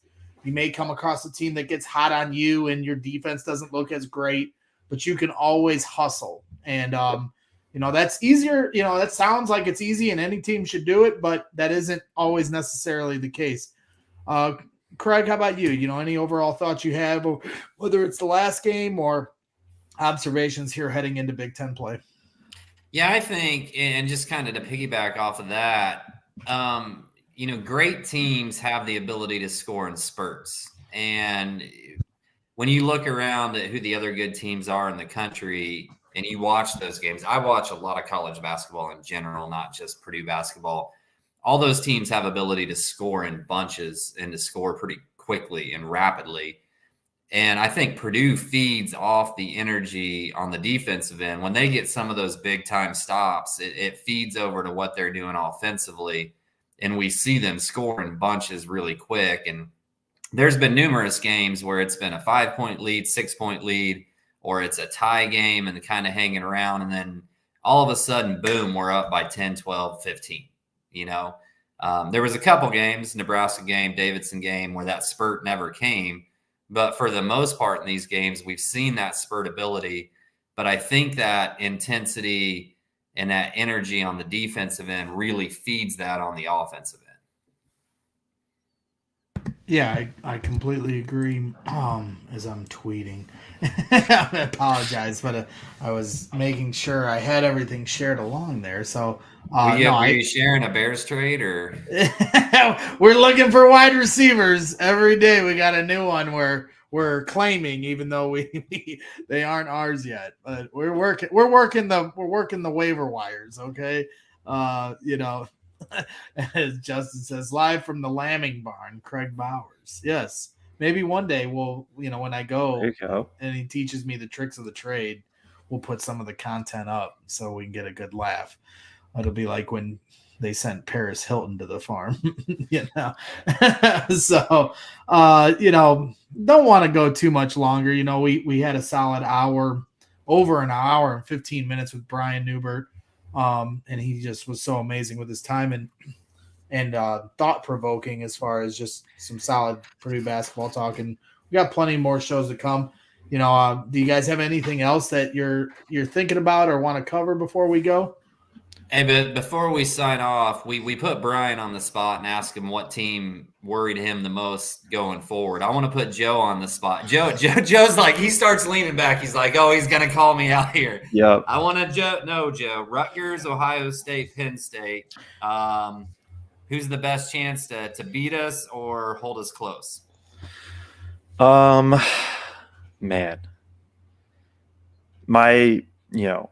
Me and Aiden have been joking all year that the Penn State game, like Penn State's going to hit 20, 25 threes. I think that's going to be a really interesting coaching battle. The tug and pull or push and pull of like, does Edey play the 5? And then who does Penn State put on him? But then who is Edey guarding on the other ends? I think with that Penn State game, I assume Morton's going to get the Pickett matchup and he's going to have his hands full. And it's just really going to come down to, who kind of blinks first with their defensive strategy, their offensive strategy in terms of dealing with Edey and dealing with space. So that part worries me a lot. And then, Ohio State's good. Ohio State's, I think they'll be a top 3-ish team, top 4 team in the Big Ten. But they're another interesting where they're a little bit smaller and they're a bunch of just like 6'4" to 6'6", and then they have Key as 6'8", who like I think Edey kind of had his own against Key last year. I believe 24 and like 12 rebounds against Key, got him in early foul trouble. So like I don't know if Ohio State can really hang there. I don't know if they have the offensive firepower to really hang. And then Rutgers is interesting because like they're just going to clog up the middle on defense. They did it against IU. They did it against that gross game against Seton Hall, like 45-43 loss. Now don't punt this question like Brian. Give us a straight I'm walking, answer. I'm walking through. The build up. But yeah, I'm gonna go with Rutgers just because if the 3-point shooting isn't falling against Rutgers, they can really muck the game up. I don't know. Nobody really has like somebody to match up with Edey, but Rutgers has Amori who can do it. I expect to see they have just a monster lineup on defense that I love watching in Mulcahy, McConnell, Mag, Hyatt, and Amori. That's 4 6'7" dudes and a 6'11" dude. I don't know who Braden and Lawyer match up with on the other end. I think Rutgers offense is kind of gross, to be honest. But if they can force turnovers and kind of get Purdue out of their game, I think that's the game. But simply that game's going to come down to whether Purdue hits threes. Rutgers, like I said, they're really going to take away the paint. They really overhelp on the weak side. And if Purdue knocks down threes, then they win that game. But they haven't done it in a bit, so I think this is and it's a break game. And I just think can't that's pick like a home game though. I can't. Yeah, if it was at Rutgers, I think we'd all be unanimous with Rutgers because matchup wise, they match up best with Purdue because they do have the answer of who's going to guard Edey. I think and they do have the guards that are kind of grown men compared to our freshmen. Yeah, I think they match up best in terms of guarding Edey, but I kind of fall back to nobody matches up with Edey. Even when we say who matches up, really Hunter Dickinson's probably the one guy in the Big Ten that can punish him because when he's shooting the 3-ball well, and I know Purdue fans collectively hate Hunter Dickinson, and that's okay because of his actions on the court. But he has the ability to step out and shoot threes and hurt Zach from that standpoint. I think Cliff matches up with him well, but I think Zach's still going to punish him. And I think Zach's going to get him into foul trouble.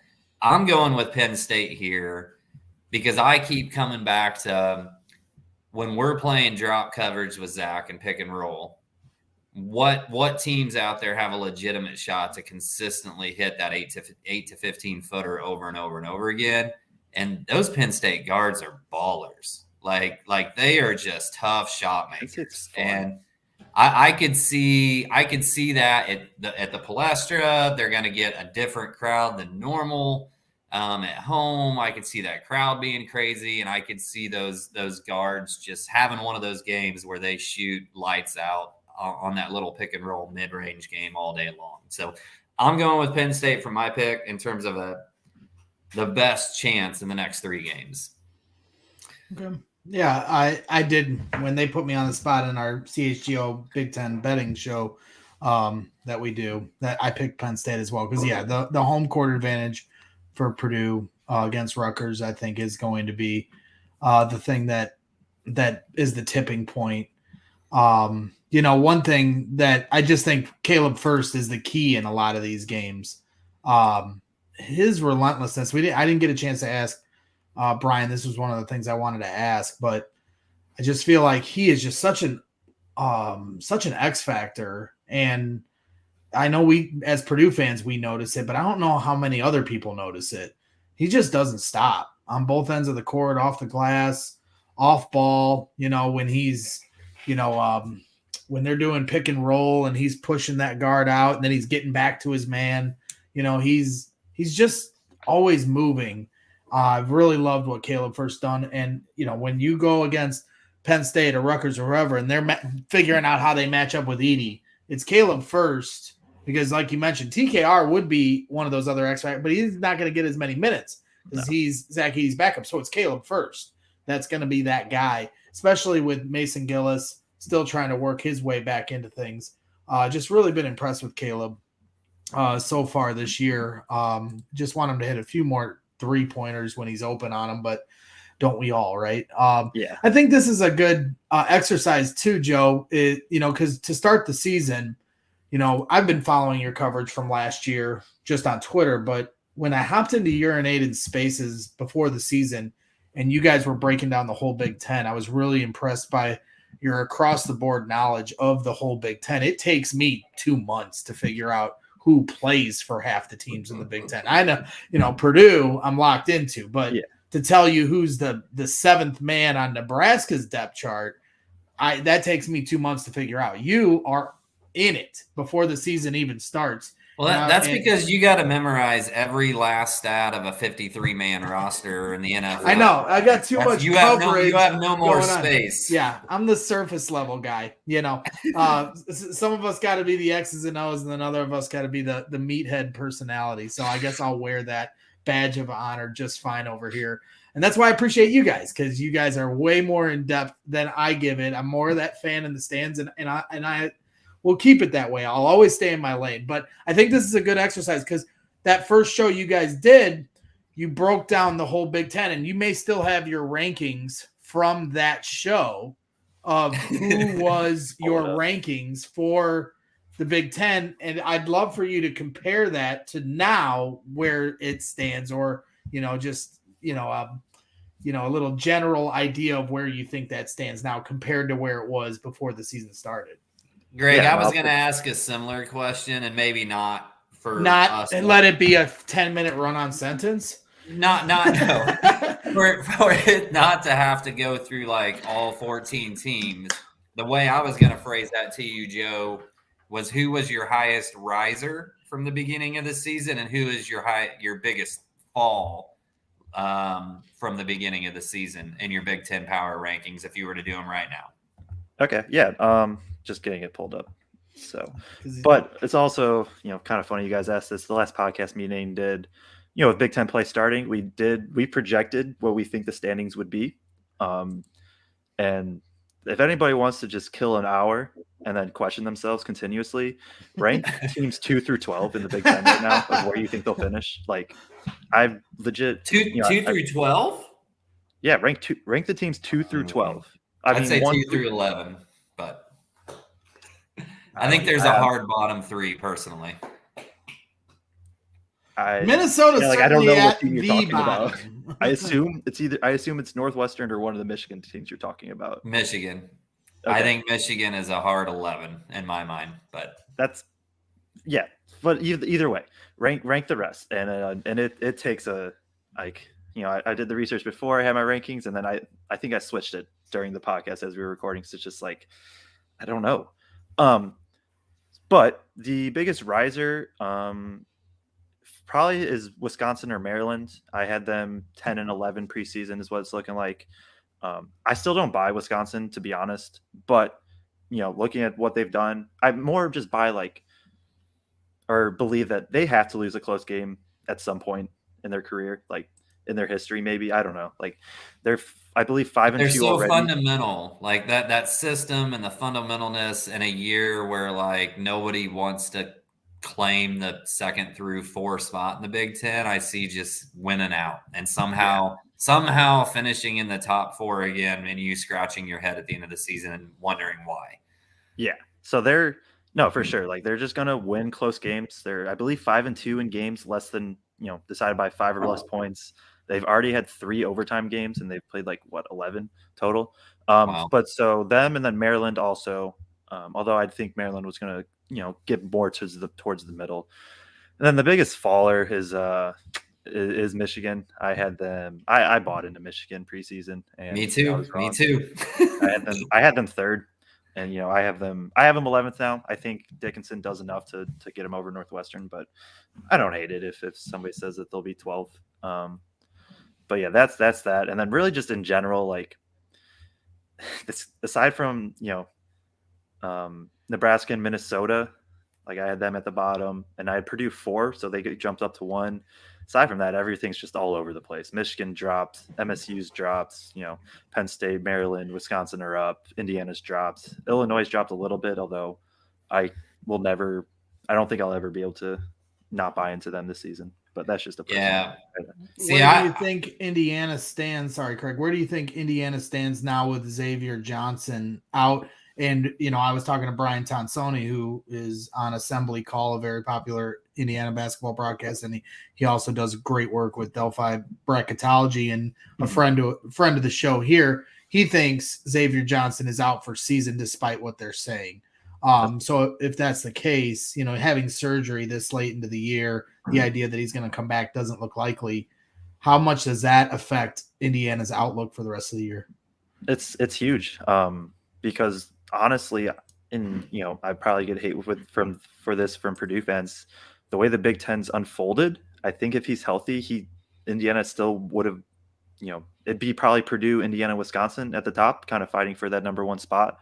But with him gone, I also think he's, kind of from what I've read and heard, he'll be done for the year. Like I put them, they're probably a middle of the pack team. Like I don't know if without Xavier Johnson, I don't know if this team's much better than last year's team.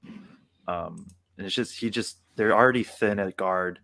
I like Hood-Schifino's come on as of late, and I'm intrigued to continue watching him. I like CJ Gunn as a freshman, but I think he'll need another year or 2 to really develop. But they just their offense is so reliant on him creating. It's oftentimes a high pick and roll. We talked about this on the podcast with me and Aiden. Like they're just not super creative in getting Trace touches, and that hurts him a lot. And so oftentimes it's Johnson getting into the lane and putting up some floater or getting to the rim, or then creating for Trace that way. And now they don't have that. Hood-Schifino is more of methodical kind of high pick and roll, going to work in his mid-range game, at least to me so far. And so I think they're a middle of the pack team now, which when everybody's kind of a middle of the pack team in the Big Ten, I guess it doesn't mean as much, but it's huge. I like they lost their big engine. Obviously Trace is the guy, but Johnson is the guy that makes them go on offense, to be honest. So yeah, I in mine, I dropped them. I had them at 2 to start the year. I have them at 8 now, assuming Xavier doesn't come back. Yeah, I think I had 7. To me, them losing Xavier would be like us losing Braden Smith. Like he's the engine that makes that thing go. In my mind, and I think if we lost Smith, we'd really, really be hurting. So, okay. And he hits the deck his fair share. My biggest risers were similar to you, Wisconsin. I think I had them at 10 or 11 at the beginning of the year, or 9, somewhere in that range. and Penn State. And I tried to buy into Penn State harder, and I started reading everybody else's power rankings at the beginning of the year. And I was like, man, I'm too high on Penn State, and I should have stinking stuck to my guns because they are who I thought, in my mind, they're even a little bit better than I thought they would be. Now they have to win games, but just watching them, they look better. So those would be my two risers. Michigan, same as you. I think I had them top 4. I actually have them 12 now. I don't know where you have Maryland right now. I have Maryland at 11. I think they hit a lucky streak at the beginning of the year, and I'm not buying into Maryland at all. But that would be Michigan's my big fall, and then Wisconsin and Penn State my big risers. I was always bought into Rutgers, and I still have them as a top 5 team. Yeah, I think Maryland I have like 9-ish now. They're a team that I think they have a formula to succeed. I just don't know what it's going to look like specifically in the Big Ten because they've been so reliant on interior play. Jameer Young's he's been a monster getting downhill, generating paint touches, just pretty much at will. Julian Reese is shooting like 75% from 2. And then, the wings and like Scott's and Hart's are, they're knocking down a ton of shots, but they're so reliant on interior play. And I don't know if Reese is truly ready to like dominate as a big. I'm curious to see what it looks like when they go up against, great rim protectors of Edey, Amori, Right. Trace those type of bigs. Yeah. It's funny to me. You said something about, IU trying to run like NBA type action and Xavier acting like NBA type point guard and whatnot. And I had heard something with Illinois about Underwood trying to study the NBA and really kind of change that offense to more of an NBA offense. But that always amuses me because, like, you go to the NBA, every single guy on that floor can knock down a 15-footer. Yeah. Like there's nobody that can't hit a 15 to 18-footer on an NBA floor. And like you watch Illinois play and you're like, well, that's not working because you only got 2 guys that can shoot from outside of 15 feet. And somewhat similarly, IU, same way.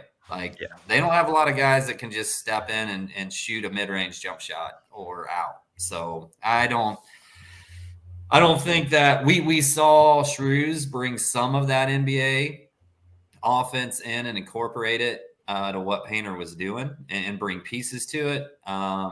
And at the same time, like Painter probably does a better job than anybody in the Big Ten of just surrounding a big center with a bunch of shooters that can all hit shots. So maybe that's why it works. But still, it's not like we transitioned to a NBA heavily influenced offense. But that's something when you said that, I was like, man, that's 2 teams I've kind of can look at, man. Like, I don't know that either of them have the personnel to do it. So and that's where Purdue's offense is just so good, and it's just so movement heavy. Like Brian talked about it. Like the point guard doesn't really, point guard isn't really a true point guard in the Purdue system. Smith will turn into it at times, and because he's such a gifted passer, like you have that luxury of it. But that's not default right now. It's a lot of pin downs and handoffs and running guys off 3 screens, and some of the actions that they run is just mesmerizing. Well, and a lot of the analytical systems don't even consider our point guard to be our point guard. Yeah. Because exactly. they determine point guard based upon who's got the ball in their hands or most basically whatever, and like you'll see it and it'll list point guard as somebody else, and then you read the description of how they decide who your true point guard is. A lot of times it's not. It didn't list No Gel, the guy who brought the ball up the floor and handed it off, as our point guard. Yeah, I was hopeful. I'm sorry. No, you're good. I was just because that was something when you were asking Brian about, Braden Smith can get 30 to 32 minutes as a point guard, but then you have the other 10 minutes. As much as I love Ethan Morton with Fletcher and Braden, and I know how much he is important because of what he brings on the defensive side of the ball, how much should Purdue stagger him for those other 10 minutes? So David, like, let's say Jenkins can't be on the floor with Braden in a particular game. Mm-hmm. And at least Ethan, who has point guard traits, can be somebody that then David can stay in his spot as in his comfortable spot as a 2. Yeah, I've been of the belief pretty much all off season in season, like Jenkins is a 2, like you said. I would like to see Morton as a point, just because of, like we just said, like as a point, he really has to do is just start whatever action that they run. He doesn't really have to, he doesn't have to self-create, because I don't think he can quite do that consistently enough to run that at Purdue. But I would like to see Morton with Jenkins a lot. I don't know if, honestly, I think I would like to see Jenkins I don't think I ever want to see Jenkins on the floor without Smith or Morton. Just personally, maybe there might be some matchups. I think he's better unlocked when he can get into the off-ball actions. He can run off pin downs, kind of get into, those handoffs and get into one dribble pull-ups. Like he's not shooting well right now. He's a insane shooter. He put up over, he shot like 40% from 3 2 years ago, and he put up like 243s on the year. It's something crazy like that. Like he's so gifted of a shooter, and and for those 10 minutes, like having him be an option off ball while Morton's kind of helps setting up the actions, I think would be big. But then I also know, like, those minutes are probably going to be shared with Edey as well. So now Morton's our best post entry passer, and is Morton getting out of position to make those post entry passes because he's now having point guard duties? So I know there is trade-offs, but I think you could just have to be able to figure out a way those 10 minutes. And I think having Morton with Jenkins or Smith with Jenkins is the best way to kind of do that. Yeah, that's what I've told some people. I'm sorry, I was just going to say that's what somebody asked me about Jenkins. Like, oh, he hasn't been what they thought he'd be bringing in. Well, he is who he is. He just is a volume shooter. Like you said, he shot 40% from 3, and you mentioned how many shots he took. It's like a running back that needs 30 carries to get you the 120 yards. If you're only giving him 7 carries, you're not going to see that same yards per carry as a guy that gets more reps. So I just think, he's going to have to find it as the season goes within this role, how he's going to like get comfortable. And maybe that is something that he has to change his warm-up routine to really, get really loose. And, maybe that's something that he has to consider to like stay hot and be ready when you come in off the bench. I don't know. I mean, I'm just, that's hard to do though. And I think similar to, like, you look at Carson's transition from college to NBA, where the dude shot an insane high percentage with difficulty in college. And then you go ask him in the NBA to shoot 7 shots a game standing in a corner. Right. And he was terrible at it. So I question a little bit, just like, can Jenkins be highly efficient as a shooter, shooting 5 or 6 shots a game? I hope he can, and I hope he figures out a way to do that. But you have to wonder, like, does that volume get him in a rhythm? And in all honesty, most games he's probably not going to get that kind of volume at Purdue this year. The other thing I need to know, and Joe, I need you to, you're the stat guy. I need to know this. Okay. I need to know his field goal percentage and contested shots versus uncontested. Because I swear to God, that guy shoots like 90% with a hand in his face on turnaround fadeaways and like less than 40 every other shot. So he hits some hard shots. I mean, yeah, his, just pulling up the numbers really quick. And, he doesn't have a ton of shots on the year, 39 total. His by far most efficient shot is a dribble pull up, with most of those being contested. A couple of them have been open. He's shooting, like 41%. It's just under a point per possession. So, and then his catch and shoots he's averaging 0.47 points per possession on catch and shoot, which is like really, really, really bad. Usually you want your point, especially on those shots, for a good shooter, you want your points per possession to be like 1.1, 1.2. So he's like a third of that. When he's in the shot clock and he just has to create something off the dribble and shoot it contested, like I just assume it's always going in. Like turnaround, fadeaway, whatever, that shot's going in. But like when he gets it off a pass and he's like just open out there, it seems to be for some reason harder than the contested shot or less efficient. Yeah, I mean his sophomore year. So to go, the numbers I was kind of referencing earlier. Sophomore year, he was 112 for 245 from three on the year, which is like 4.5 out of 9.5 attempts per game, 45.7 percent on almost 10 attempts per game, which is just nuts. And that year, he averaged 1.15 points per possession on pull-ups, which is that was like a top 30 number in the country. And then he also averaged 1.45 on catch and shoot. So,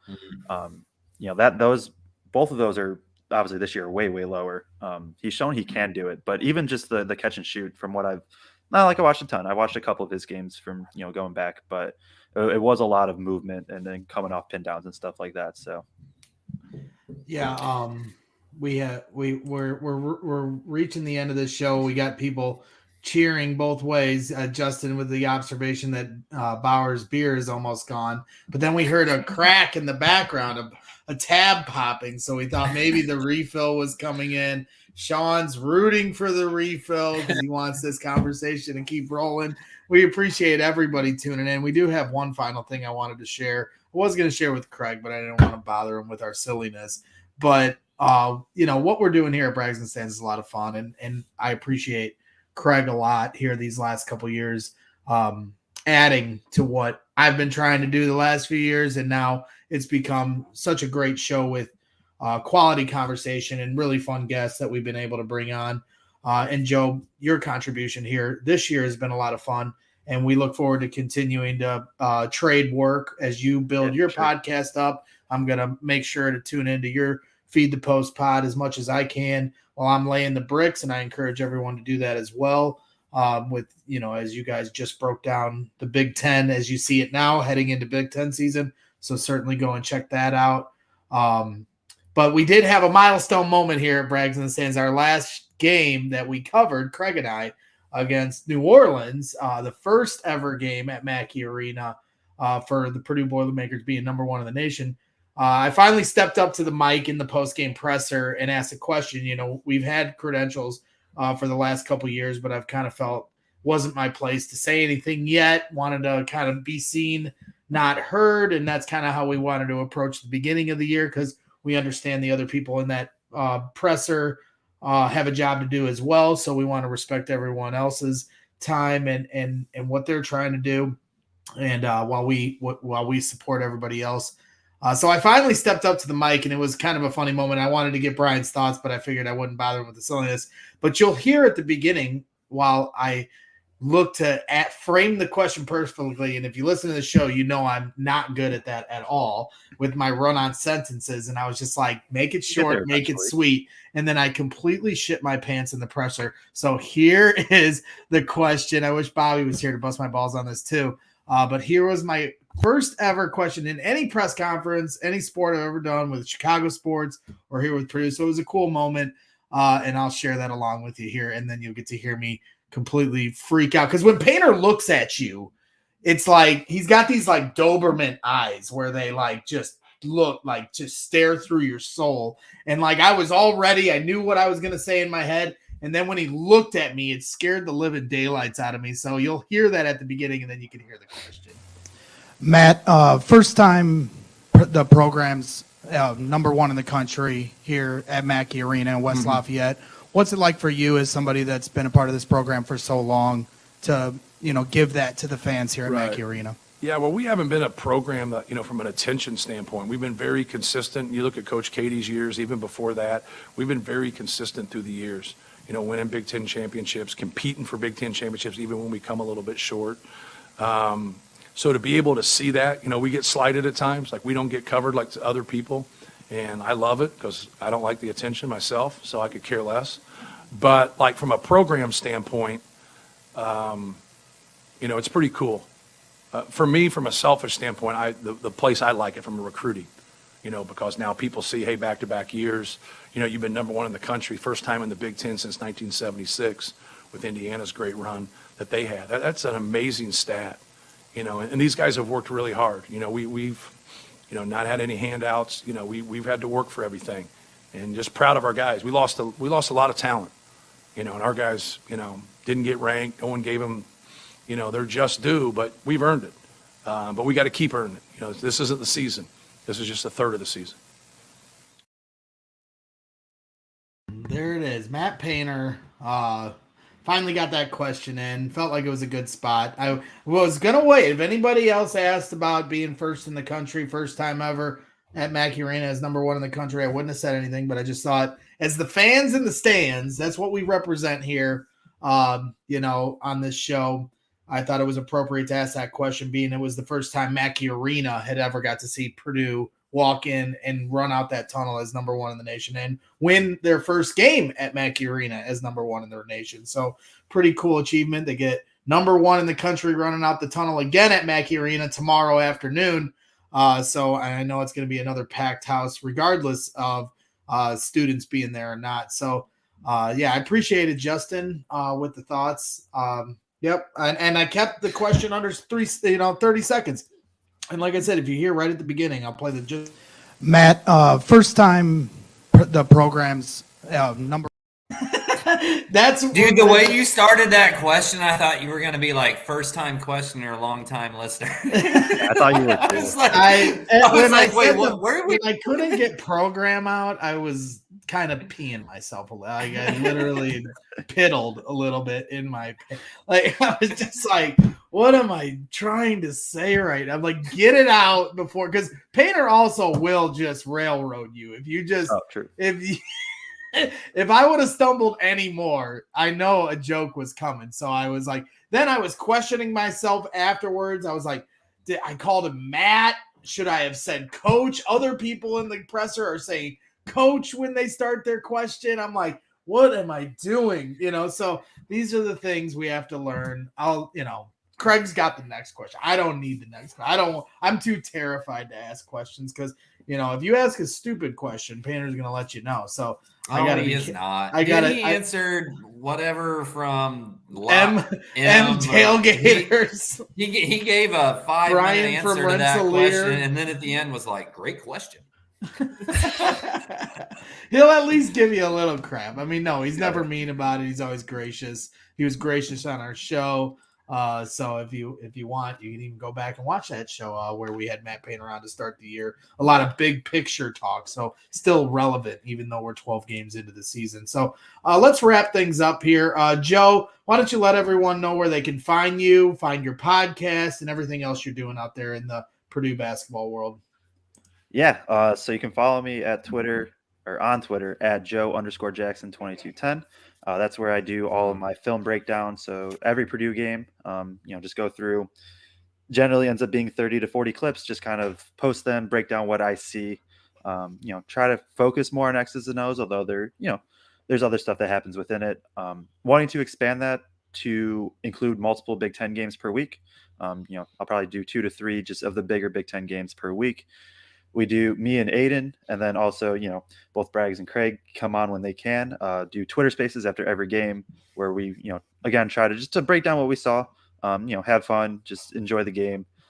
We also started the Feed the Post podcast, like it's been mentioned a couple of times, just put out a new episode where we projected what we think will be the Big Ten standings at the end of the season, which really, really tough to do. And who actually knows what's going to happen, but recommend going there. And lastly, you can find me writing at cbbreview.com. I just posted a couple of days ago, an article about Purdue, where I broke down a lot of the actions and schemes that Purdue has been running this year that has kind of allowed them to get to number 1. So, Chicago action, Iverson cuts, just kind of that type of stuff with examples. So a lot of stuff there, but those are all the places you can find me. But the biggest one is at Twitter, Joe_Jackson2210. I love it. Also, man. And I am Joe's most annoying fan because, if he hasn't posted that stuff 12 hours after, I'm like, Joe, where's the feed, Joe? Sometimes it's not me. Sometimes it's various sources for rewatching the game or even Big Ten Plus. I saw him at the New Orleans game. He's like, I don't know if I'm going to do a Spaces after this game. I go, what? Come on, we're depending on you. We'll have one tomorrow. All right. Also, while to outro, you can just give me a one-word answer because I had to do it. Let's say Purdue, and I'm also going to take Wisconsin away because I think they're the next choice. Purdue or Wisconsin doesn't win the Big Ten. Who wins? You just one-word answer. Rutgers. Wow. Okay. They were my dark horse. I'm a big believer. I had them top 4, I think, at the beginning of the year. Somewhere, if not 4, it was 5. And I believe in a Big Ten that I think at the beginning of the year, the Big Ten surprised a bunch of people, won a bunch of games, way more teams got ranked. And now all of a sudden, like, we're back to the Big Ten people thought we were going to be, except different teams are on top. Like, there's only 3 ranked Big Ten teams.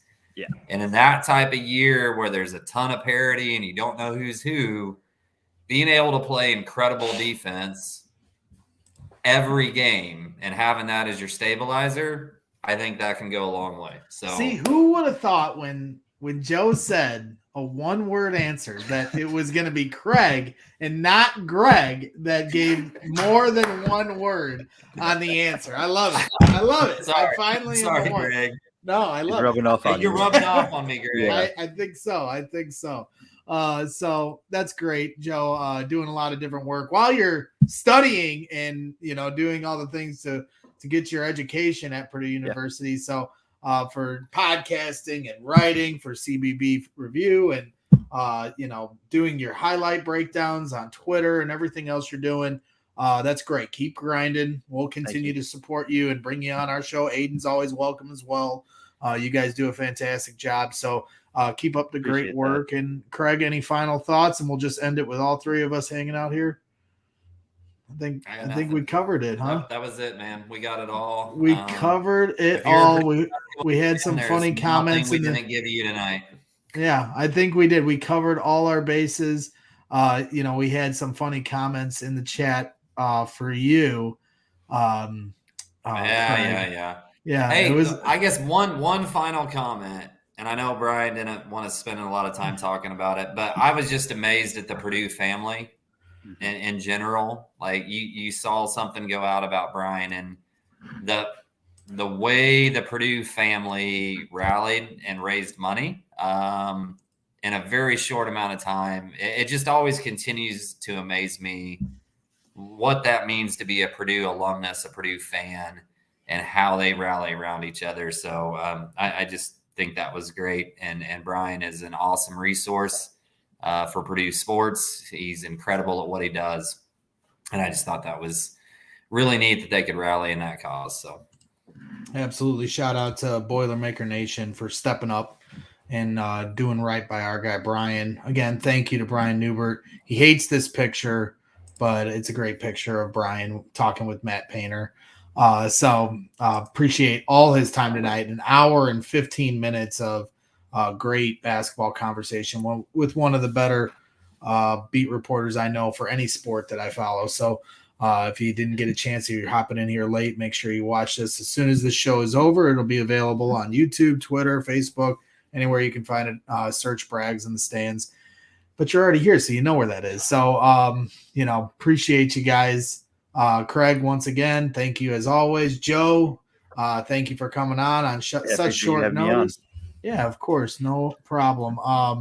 So we'll just continue to keep cranking them away. We will be bringing on some more fun guests here before Big Ten play hopefully gets rolling. We're efforting some different people, and then just keep firing them away. And when NFL season's over, I'll probably be able to do these more consistently. We'll be at the games covering them. So just keep on the lookout for different updates and different coverage. Follow Joe for all his coverage. And, have a happy new year. This has been another great year, 2022, another year in the books, 2023. My lucky number. Lucky number right. 23. Enough with the Midwestern goodbye. Let's go. The Midwestern goodbye. He's very good at it. I know. The number. Well, I don't even know where I'm going with this, but this is how I end shows. I can't help it. I got to get my graphics up to finish. I don't know what I'm gonna say. Thank you to everyone tuning in. We'll talk soon. Have a great night. Boiler up.